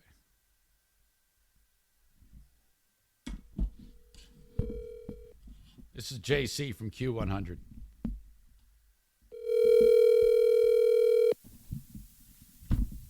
Yes, sir. Hey, JC, it's Eric Zane on the podcast. Yes. And so I want to talk to you about something I heard over this past week when I was listening to Q100. All right. Let me call you in a little bit when I'm driving to the studio. Oh, for fuck's sake. It was only I'm in the middle of working out. Shut the fuck up. All right, I'll talk to you later. Bye-bye. Bye. I'm in the middle of working out. Shut the fuck up. Everybody loves the American Campfire. While the weekend was going on, we made a trip over to the grocery store quite a bit. And, you know, I have mixed feelings about this. Well, I don't have mixed feelings, but I got to let you in on something that happened between Pooh Bear and some person at the grocery store. I'm going to bring her in right now. Oh, shit. What the fuck is wrong with this thing? Hello. Hey, so how are you? I'm good. Yeah, that was a nice trip up north, right? It was. Okay. It's very nice. I want to focus on there was a trip we made to the grocery store, and you were paying for the food, and Kevin was with you, correct? Yes, you had gone to the bathroom. Yeah, I said, hey, I'm gonna run to the boys' room, and I come back, and I guess there was another shopper that was in the line ahead of you, and you got into a fight with her. Yeah, she was an asshole. She was not a nice person. Well, break it down. How did this go? Because because you know, it's very dangerous for a person to instigate something with you. I mean, you have you're a fucking Irish woman with red hair and just a fucking. I mean, if you're everybody's fine until they're not, and if they cross you, it's like get the fuck out of the way. Holy shit! Right? Yeah. Well, we were at one of those what do you call it? Self-checkout lines or whatever. Yes. Yes. So that's what I was using. And I thought she was done bagging like her groceries or whatever, but evidently she wasn't. So I started scanning mine and, going down the Yeah, you were Yeah. okay. So she had finished, and she was like walking away. No, I thought she was. I thought she was like, I glanced over and I thought, oh, she's putting her last item in the bag. I can start scanning mine. No big deal, right? Because most all of her items are in the bag. She just had to pick up her bag and put it in the cart. Oh, so she'd already paid for it. Yes. So I start scanning mine, and all of a sudden I hear, "Can you wait till I'm done?" Oh no. I go, "Excuse me?" Oh, no, I didn't even say excuse me. Actually, I started out really nice. I said, "Oh, I'm sorry."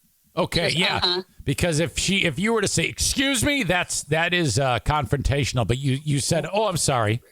Yeah, actually, I said, "I'm sorry," and she goes, and then she just starts like throwing her bags in her cart. I go, "Wow."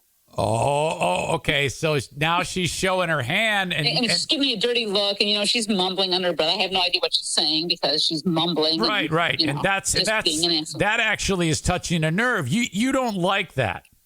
No, that was rude. Yeah. So I go, oh, I said, oh, we are a little grumpy today, are we?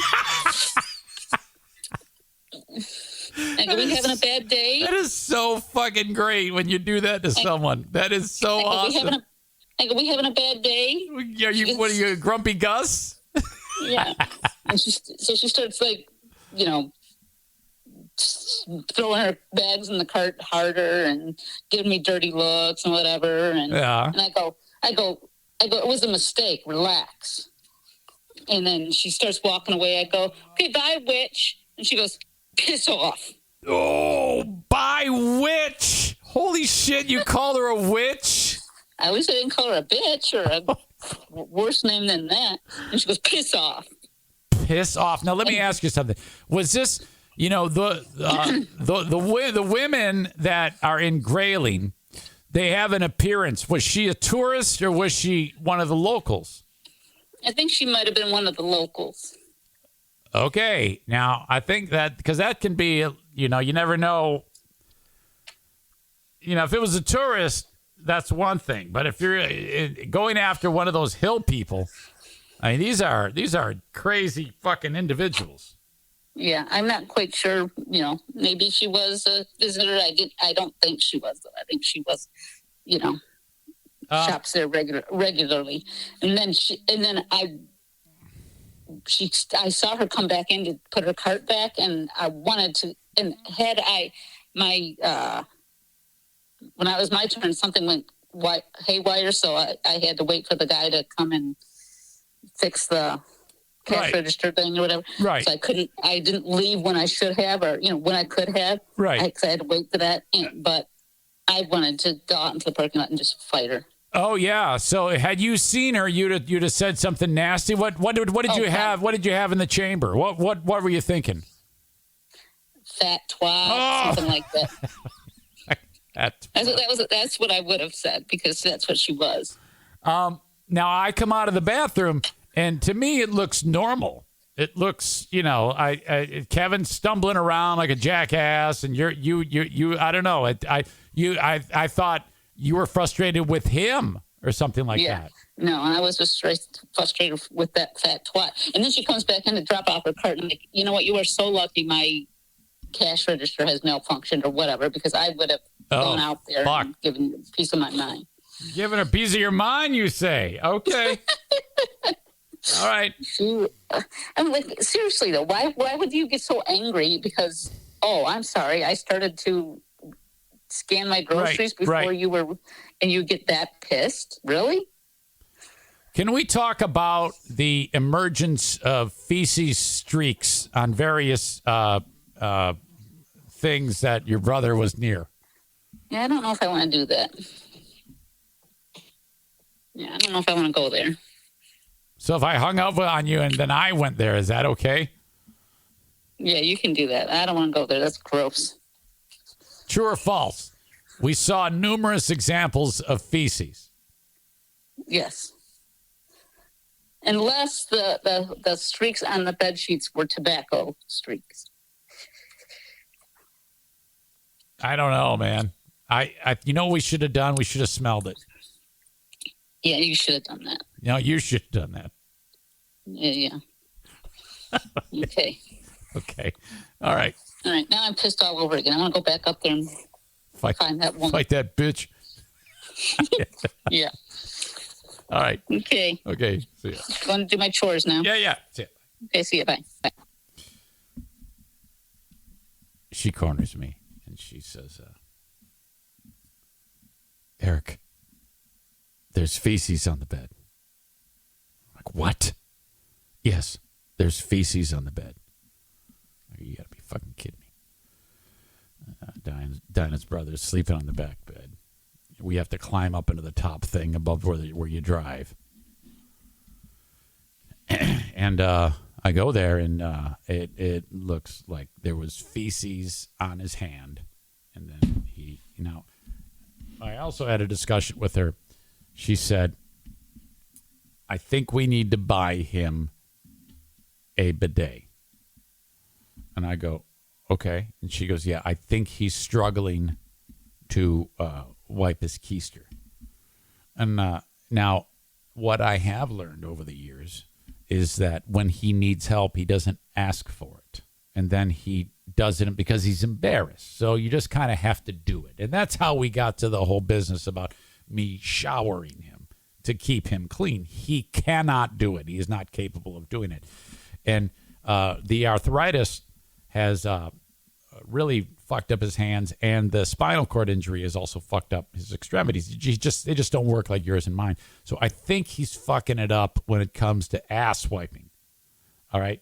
And so with that as a backdrop, we are starting to have now more of an emergence of feces being wiped in places. So it's on the bed. There's actual shit on the bed.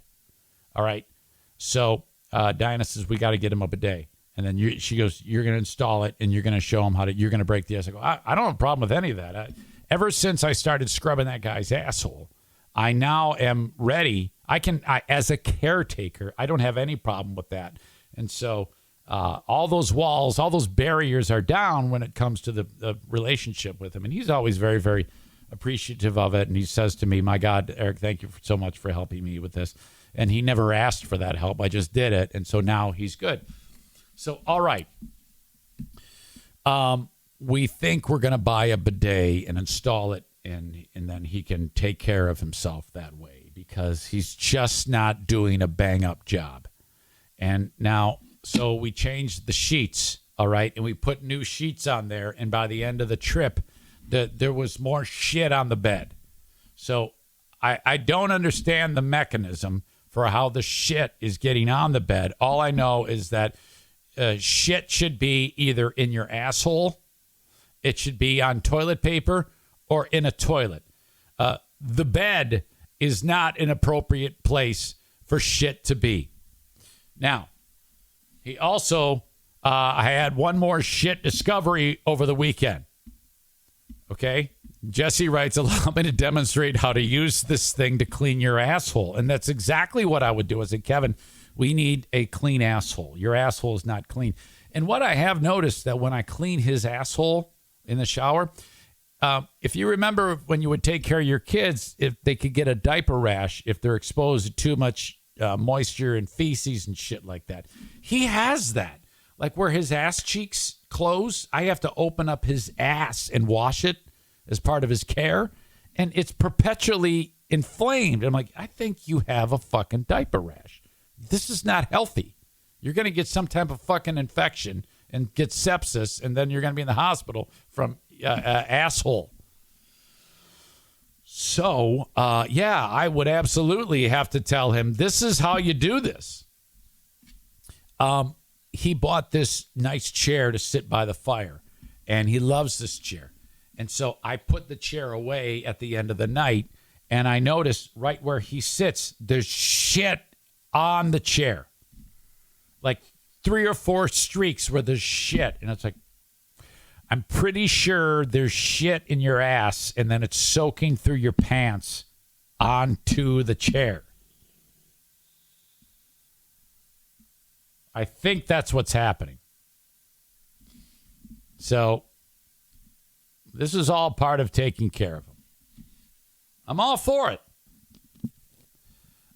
There is, as we speak, apparently, I'm not involved, But I don't know what's going on here, but it looks like some of you Zaniacs are in a little spat.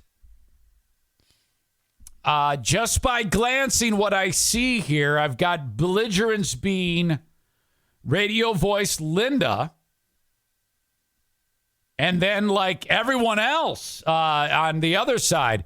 I think maybe it might be Tyler and Linda. I don't know. I'm just glancing over it. And then it's a lady fight. It's all ladies going at it.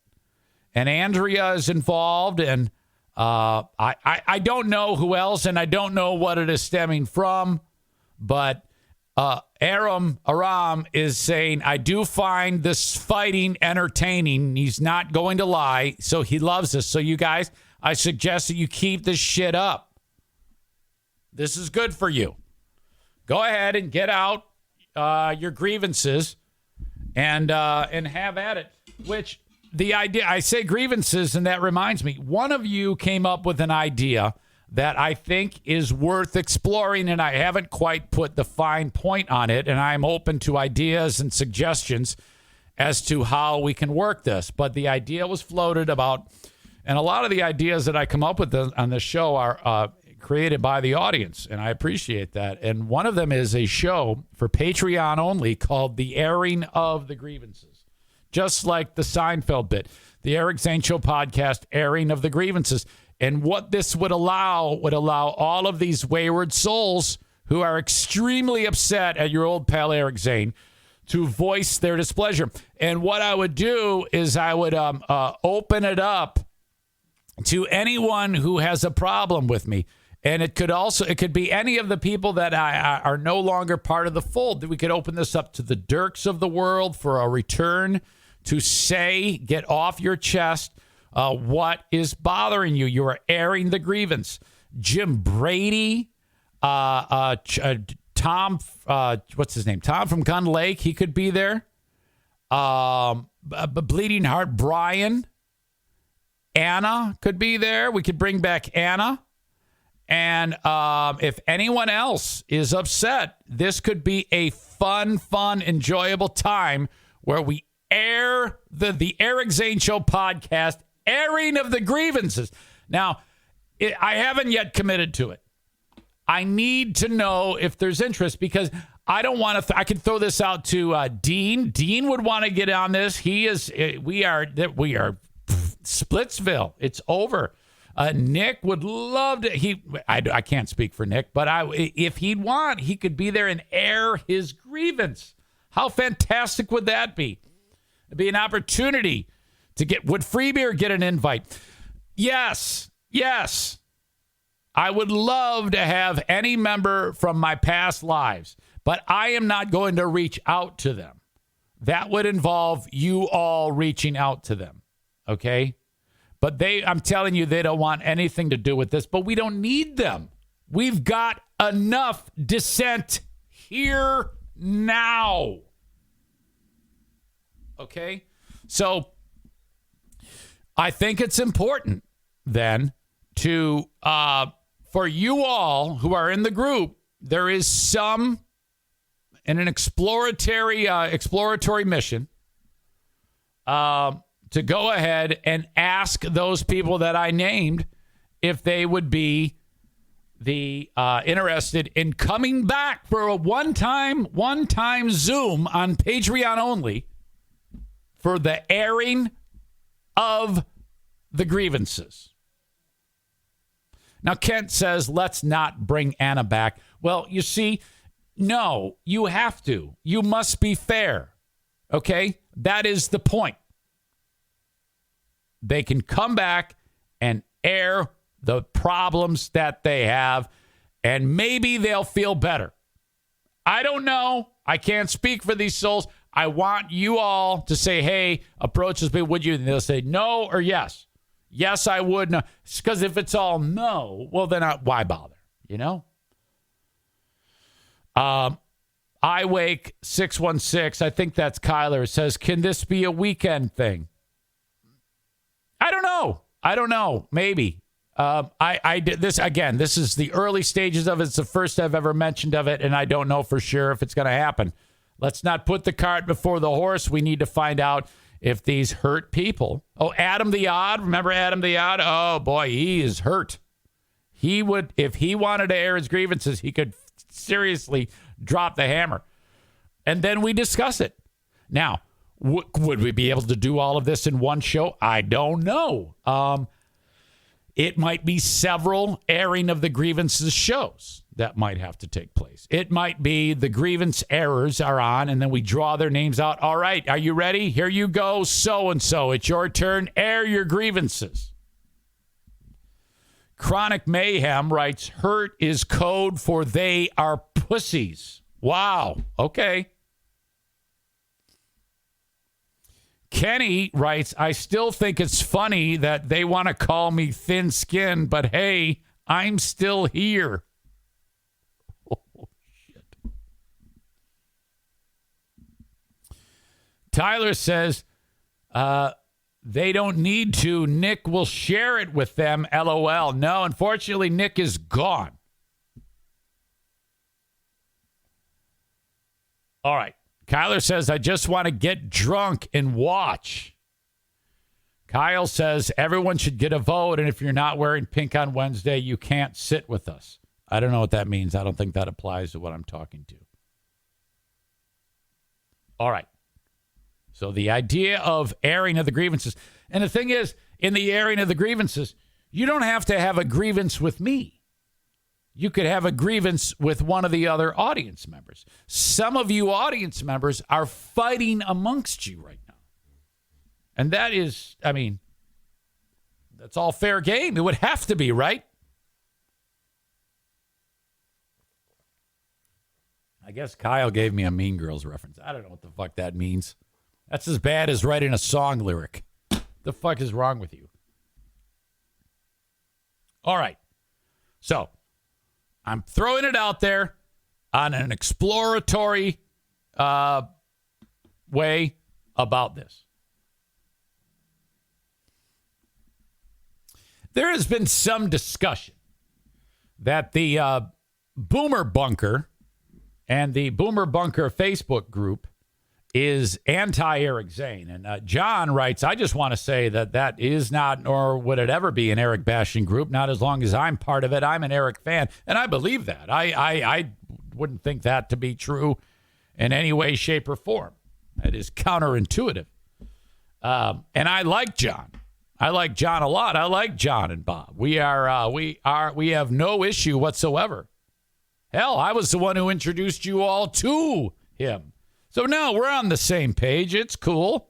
I get you. I think a lot of you are making this out to be whatever it is, and I don't know because, again, no one's talked to me about this, to be more than what it really is.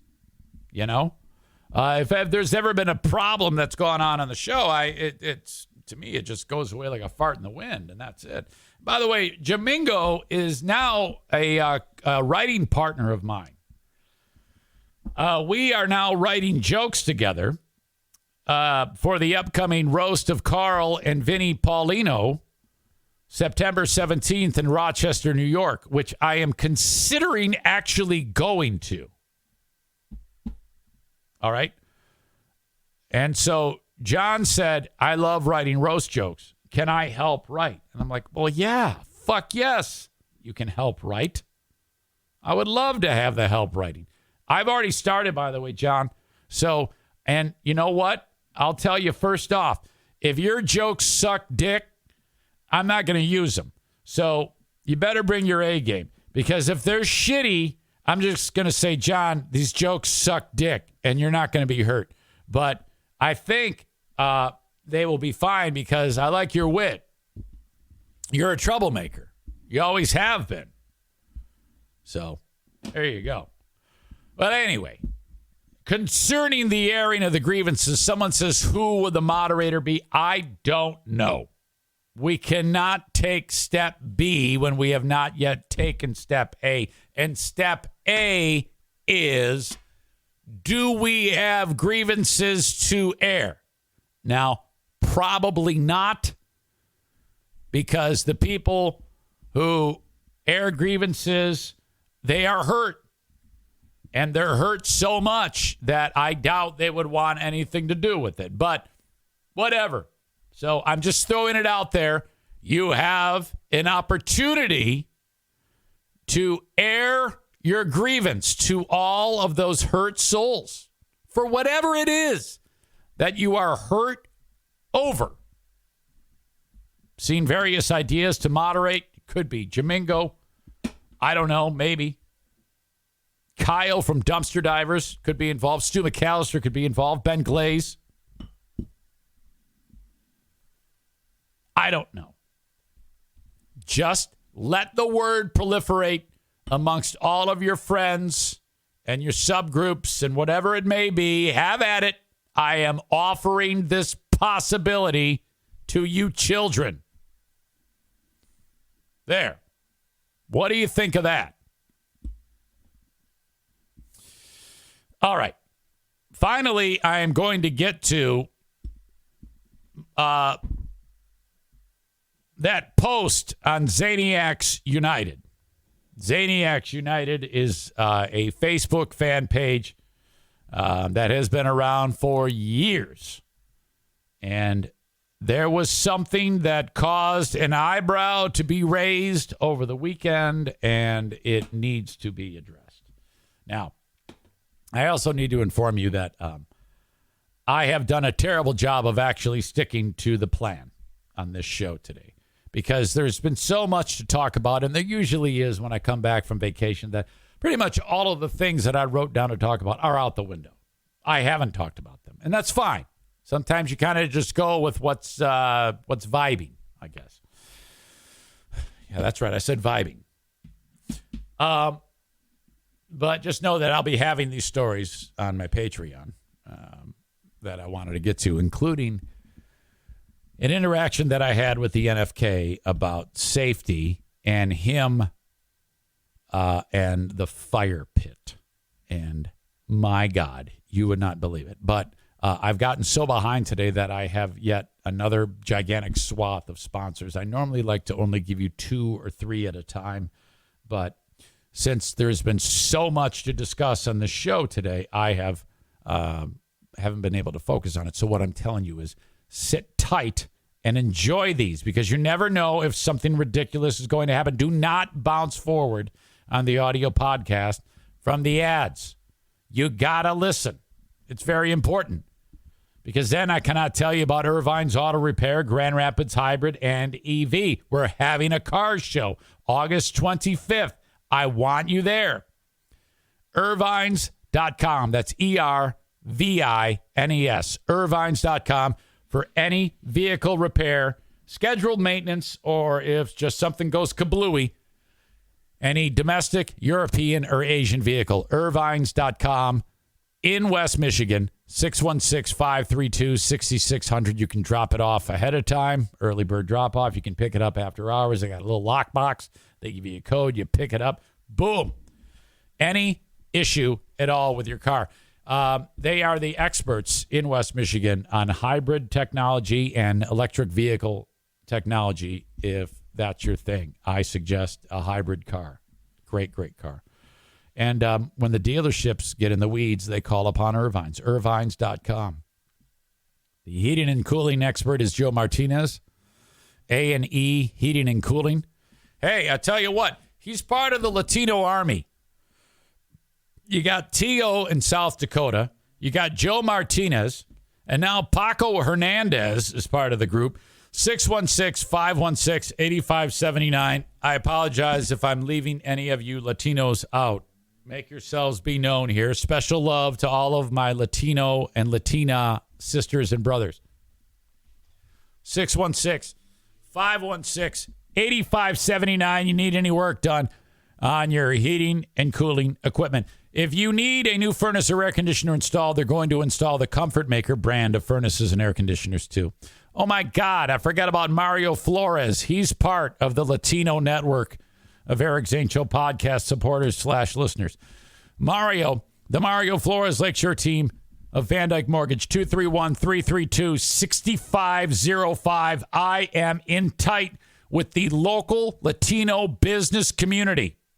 Mario can get you a mortgage from anywhere in the U.S., wherever you are, with the exception of South Carolina, Maine, Alaska, and Hawaii. 231-332-6505. So, whether your credit is outstanding, which this will be an easy process, or a little wonky, might take a little bit more elbow grease to get that done, Mario is ready to work with you. Honestly, some of you, I swear to God, yes, it could happen where you just can't get a mortgage right now. Mario is the type of guy that's like, all right, yes, your credit is super shitty right now, but I'm going to help you get it to being just a little shitty so we can get you a loan. Do this, this, and this. Eliminate this debt and let these bad marks in your credit score drop off. Let's reconvene in 14 months. 14 months passes. Okay, your credit score still sucks dick, but I can get you a loan. It's a dickhead loan at about 9% interest, but I can get you out of that slumlord house and into your own home. And then 15 months later, of you paying on time and not being a deadbeat, we're going to refi at about 7. So you're improving your credit score. For God's sake, call Mario 231-332-6505. Okay, I swear to God. 3 more and that's it. And then I got to address this post on Zaniacs United from this weekend, which, my God, holy shit.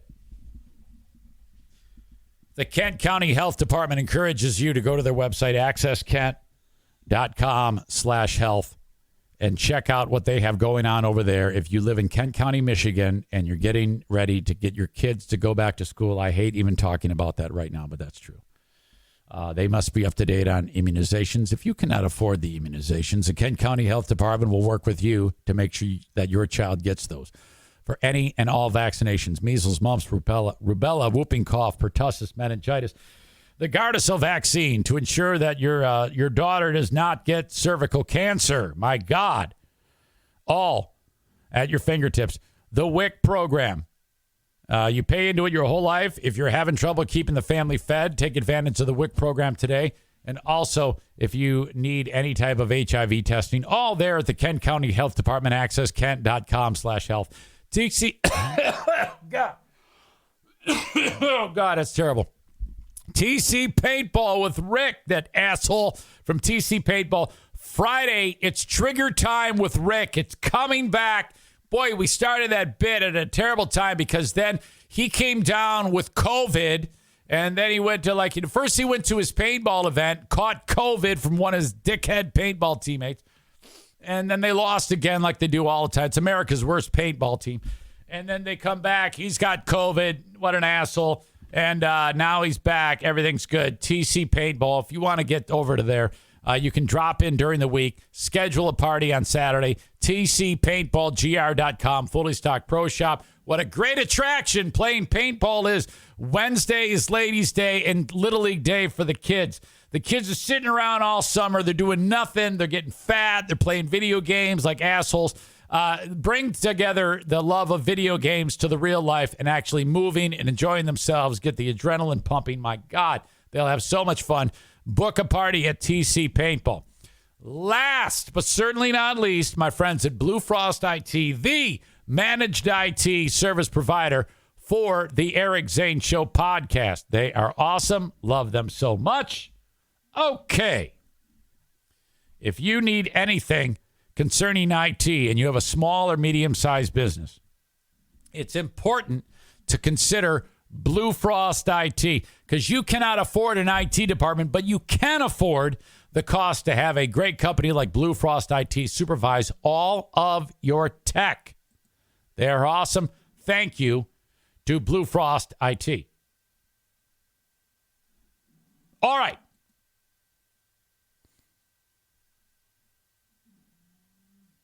I want to address this. A post that was made on Zaniacs United. And I'm going to show it right now. I have a screenshot of it, and I wanted to explain what is going on here. How frustrating is this? And you're like, wait, what? It's a wonderful picture. Look at this. This was taken 1 year ago. And if you're just listening to the audio podcast, I'll link it up so you can check it out. I forgot the name of this bar. Surf City? Is that what it's called? Right in Jersey City? This was an amazing weekend. Left to right. That is Kate. Then me. Then the Queen of the Forest. Then Boy Crazy Jackie.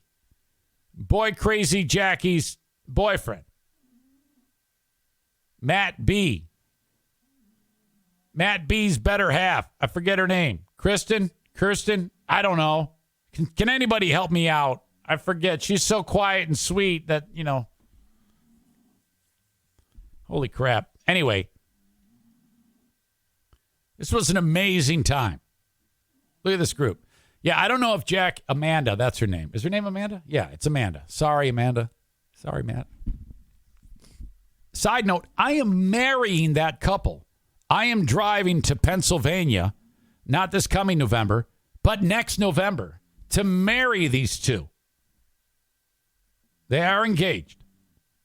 Matt, longtime listener, great supporter. Jackie, I don't know if Jackie... See, I call her Boy Crazy Jackie because every time I check her out on Facebook, there's like some new dude. So I don't know. I'm assuming she's still with dude. Boy Crazy Jackie, she lived in New Jersey, and then she fell in love with Zaniacs. And then she actually came to Michigan to have sex with them. And so there were several Zaniacs that she had sex with, and then she went back to New Jersey to have sex with those men. I think I need to bring her in to actually get the lowdown on what's going on. I think that's a great idea. Go!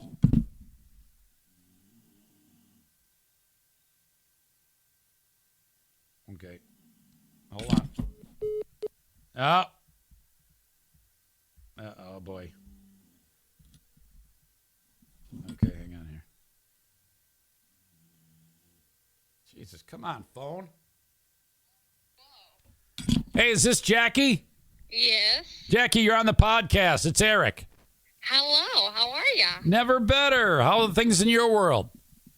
Pretty good. Can't complain. I'm calling working 2 jobs, You're working 2 jobs? Okay. Yep. And you're still in Jersey? No, I'm in Pennsylvania. Even worse. Wait a minute. Okay, now hold on a second. I don't want to get ahead of us here because following your schematic is incredible. I'm looking at a picture of you from 1 year ago when we were at Surf City or whatever the hell it was in Jersey City. I'm just looking at the picture, and you're with dude. And I got to discussing how your nickname is Boy Crazy Jackie because there's been a lot of boys over the years. There hasn't been a lot. Wait a minute. Not a lot. Let's not get ahead of ourselves. Didn't you didn't you come from Jersey to Michigan because you were boy crazy? I came to Michigan from Jersey because of my divorce. Right, but there was a boy in waiting for you, yes? Yes, Tim Bridles, yes. Oh, okay, I wasn't going to say the name, but okay, great, no big deal. But then you eventually went back and you met someone new in Jersey. Well, he's not new. He was my high school sweetheart. And it's the dude with the curly hair, right? Yes, we're still together. You're still together? Yeah. You're settling down. I'm trying to. I don't know about him. Yes. Okay, well, this is joyful then. That is wonderful. Why in the world did you go to Pennsylvania, and why is that worse? So he lived in Pennsylvania. He's lived in Pennsylvania for a long time. We're both from New Jersey, but I'd like to get back to New Jersey, but we're in Pennsylvania right now, and it's worse because it's boring. They always say you can take the girl out of Jersey, but you can't take the Jersey out of the girl. You know what I mean? Okay, so you want to be like, at the beach, whatever, flirting with guys, grabbing a handful of dick, whatever it may be. Something like that. Sure. Yeah. All right. Well, I just wanted to say hi. I wanted to make sure everything's on the up and up. Yes, we are good. Thank you so much for calling. I miss you. And hello, everybody. You're the best, Jackie. Thank you. See ya. See ya. Bye. JC in the afternoon from Q100. How are you? Eric Zane, how are you, sir? I'm well. How was the workout? It was great. Why do you think I stay in such wonderful shape? I know, man. You're as strong as an ox. Well, you gotta be running that thing. My God. Hey, did you hear that the guy who sold you the radio station, Bill, he's trying to sell that fucking restaurant in town? Oh yeah, that's been going on for a long time. Anyway, no one. Can you imagine if I bought it? I would love it if you bought it. All right, I want to discuss with you the song "American Campfire" by Ted Nugent. Yes, sir. That's a piece of shit song. Okay. And I heard it like several times over the weekend. You guys are like diving into that. Well, I'm not. My weekend DJ is. That would be Big Bird. Big Bird? That would be the Roadrunner. The Roadrunner. But doesn't he call himself Big Bird? He calls himself whatever, the big bird in the Q cage. He does, and he even said when you hear the song "American Campfire," you can win a Ted Nugent CD. Yes, Ted's office gave me a bunch of CDs. Now, isn't that fantastic that you have America's only free-form radio station? That there are no other radio stations in America like yours. I'm sure there are, but I haven't heard them. I have not heard them. I mean, you boast of a playlist that numbers in the 3,000 to 4,000, 5,000 song list range, right? Is there anything you won't play? Well, yes. The playlist has its limits, but sometimes they get stretched with requests and confusion on some of our DJs' parts on what we should actually be playing. And I think that's what makes it special. I heard you were doing duets on your Friday show, and you played Jackson by Johnny and June Carter Cash in it, and it was just so fucking sweet. I can't stress enough how great that was. 3 different requests for the song. Yeah. No one in radio plays requests. That is something that is a bygone era, and I don't know why, because I sure like the way that station sounds, JC. Well, thank you, Easy. That was, when we were deciding on what to do with the format, when we first bought the stations from Bill Gannon, he was playing some syndicated country. And Cheryl and I didn't really decide right away what we would do with the stations. And we're like, well, we can't stay with this. I said, well, because of my knowledge of rock and roll from writing with BAM and all of that. Right, Rolling Stone. You used to own Rolling Stone. Everybody knows that. Is that right? Yeah. I sold it for way less than I should have. Okay, well, that's awesome. And everybody, if they ever want to go, they can go check out the Q100 app, download it, and then you can listen to the radio station wherever you want, because obviously a lot of people listen to the podcast are not in northern Michigan, which they should be, but being that it is God's country, I tell you what, you guys are awesome over there. You do an awesome job. Well, thank you, Eric Zane. Thank you for joining us with the Zane Asylum every Sunday at midnight. Yes. It's got a following of 10s or 20s. More than the podcast. Thank you, JC. All right. Okay, see you, buddy. Yeah, bye-bye. Yeah, the guy on the weekend, Roadrunner, is his own dude, and he plays that fucking American Campfire song. Holy shit. I like Jackie talking about not being boy crazy. All right. Anyway, the point of bringing up this post was this. Jackie does hard eyes because she loves me. Maureen says, happy birthday, Eric. That's nice. The Ron writes, Eric is super fat. No way he will be in shape for the race. And, okay, my first thought is, that's fat? The way I look in this picture is fat? Matt says, oh, yeah, but this picture was taken about a year ago, so he may look a lot different from this. And I'm like, well. And then Theron writes, it doesn't matter. He is fat as shit. I'm glad everybody feels so comfortable that they can just indict me on this level. I had to roll with it. Now, I wanted to lash out. I wanted to tell them to die. I wrote, I'm actually fatter now, which is true, which is why when you see me, you see the fat chins. My chin is so fat. Matt says, Eric, you fat fuck, old man. Love you, buddy. And I wrote love back. But I got to admit, it hurt a little. It hurt a little. Alan says happy birthday. Eva May says happy birthday. And Saul's mom says happy birthday, Eric. And that is it. My God. That was a great time. And now I look back on it. And here I am standing in front of this loaf of bread. I probably turned around and started eating it. Which, by the way, as I indicated to you, when you're on a trip, calories don't count. Remember that cast iron Lodge Dutch oven I was telling you about? You spray the inside of it with nonstick spray, and you have these rolls that they're the kind that are round. They look like little rocks, and then when they thaw, they like rise. Well, you open them up, and then they're thawing, but before they start to rise, you cut them with like kitchen shears. Each one of those, you cut each one into 4. You quarter it. You put it all into the pot, and then they're all sitting there kind of half frozen, like, hey, what are you going to do with this? Then you take a half cup of butter and you melt it, all right?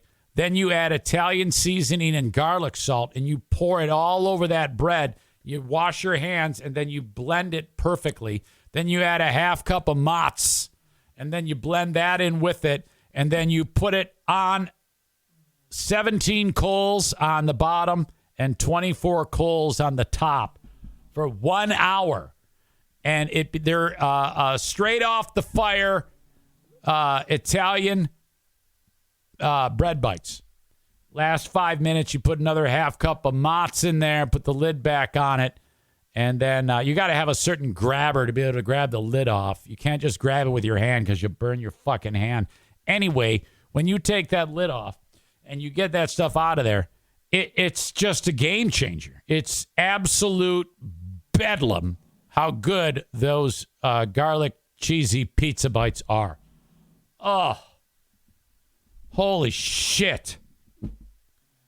Wycon Rob says he or she is still waiting for the Eric Zane Show Podcast cookbook. I don't have time for that shit. I wish I did. Maybe when I retire one day. Which, by the way, 15 years from now till the retirement, we are now 15 years away from it. It's going to be age 67, maybe 67 and a half, maybe 68 by the time I get to be that age. I don't know. It's nearly 4,000 shows from now. Okay. The asshole of the day. Today. Brought to you by TC Paintball and JM Synthetics. By the way, thank you to JM Synthetics. Jason Mays is just a sweetheart of a soul. When he heard about the great Zaniac exodus of 2022, I ask people for a $5 or $10 donation on Patreon to get all that content. That's what I ask for. But you can put whatever price you want on it. It's up to you. He put $50 a month down. It's like, dude, what the fuck? You're too good to me. That is, he goes, I want to make up for what's happening to you. And I'm like, oh my God, you're so sweet. So there you go. And that's worth mentioning that he, of course, being a small business at JM Synthetics, definitely reach out to jmsynthetics.com when you want to purchase any AMSOIL products. You guys are awesome. I appreciate that. Asshole of the day, what are we going to do?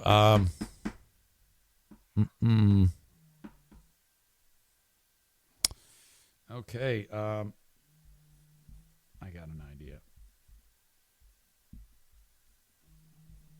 I know it sucks. I should have done this ahead of time. You know, you got to go with the fact that lady was challenging the Queen of the Forest at the grocery store.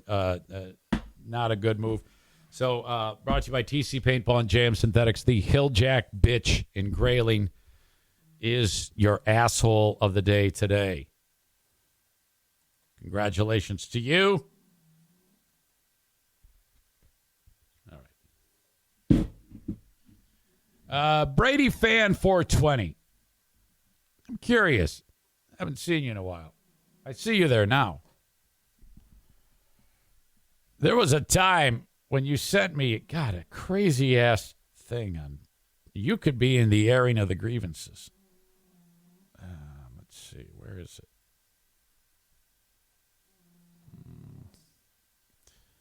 Let's see. So Twitch isn't free anymore. I think he's referring to a time when I was tinkering with the settings. And I think if you went to watch the replay of it, it wouldn't do it unless you were subscribed, which is not the way it is. It was like, it did that for like 1 day before I made the change. So Twitch isn't free anymore, Brady Fan 420 wrote.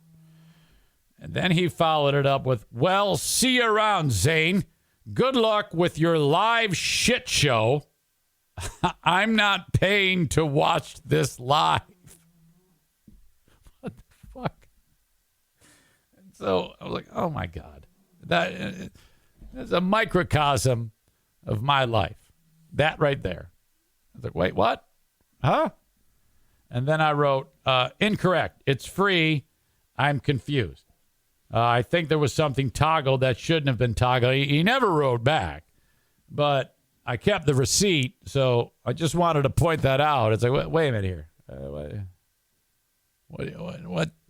What happened there? Can you give me some insight, and how is it that you're back? What's going on in your noggin, anonymous soul? I've got you for a minute. Do you think maybe you could shed some light as to what's happening to you? I'm in kind of like this weird state of flux, so I'm always interested in what happened to cause you to write such a terrible comment like that. What did I really do to you that made you say such a terrible thing? I still love you. I'm glad you're here enjoying the show. Make yourself comfortable. But what the fuck happened to you? Holy shit. Okay, you guys are the best.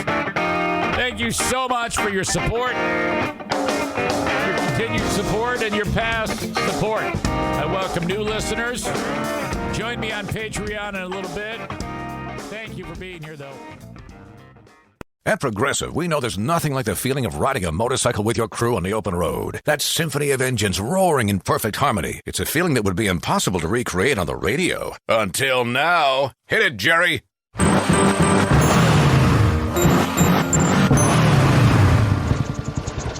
Oh, my word. Really, really terrible. Was that a glockenspiel, Jerry? Quote with Progressive and see if you could save with America's #1 motorcycle insurer. Progressive Casualty Insurance Company and Affiliates. No, Jerry. It's over.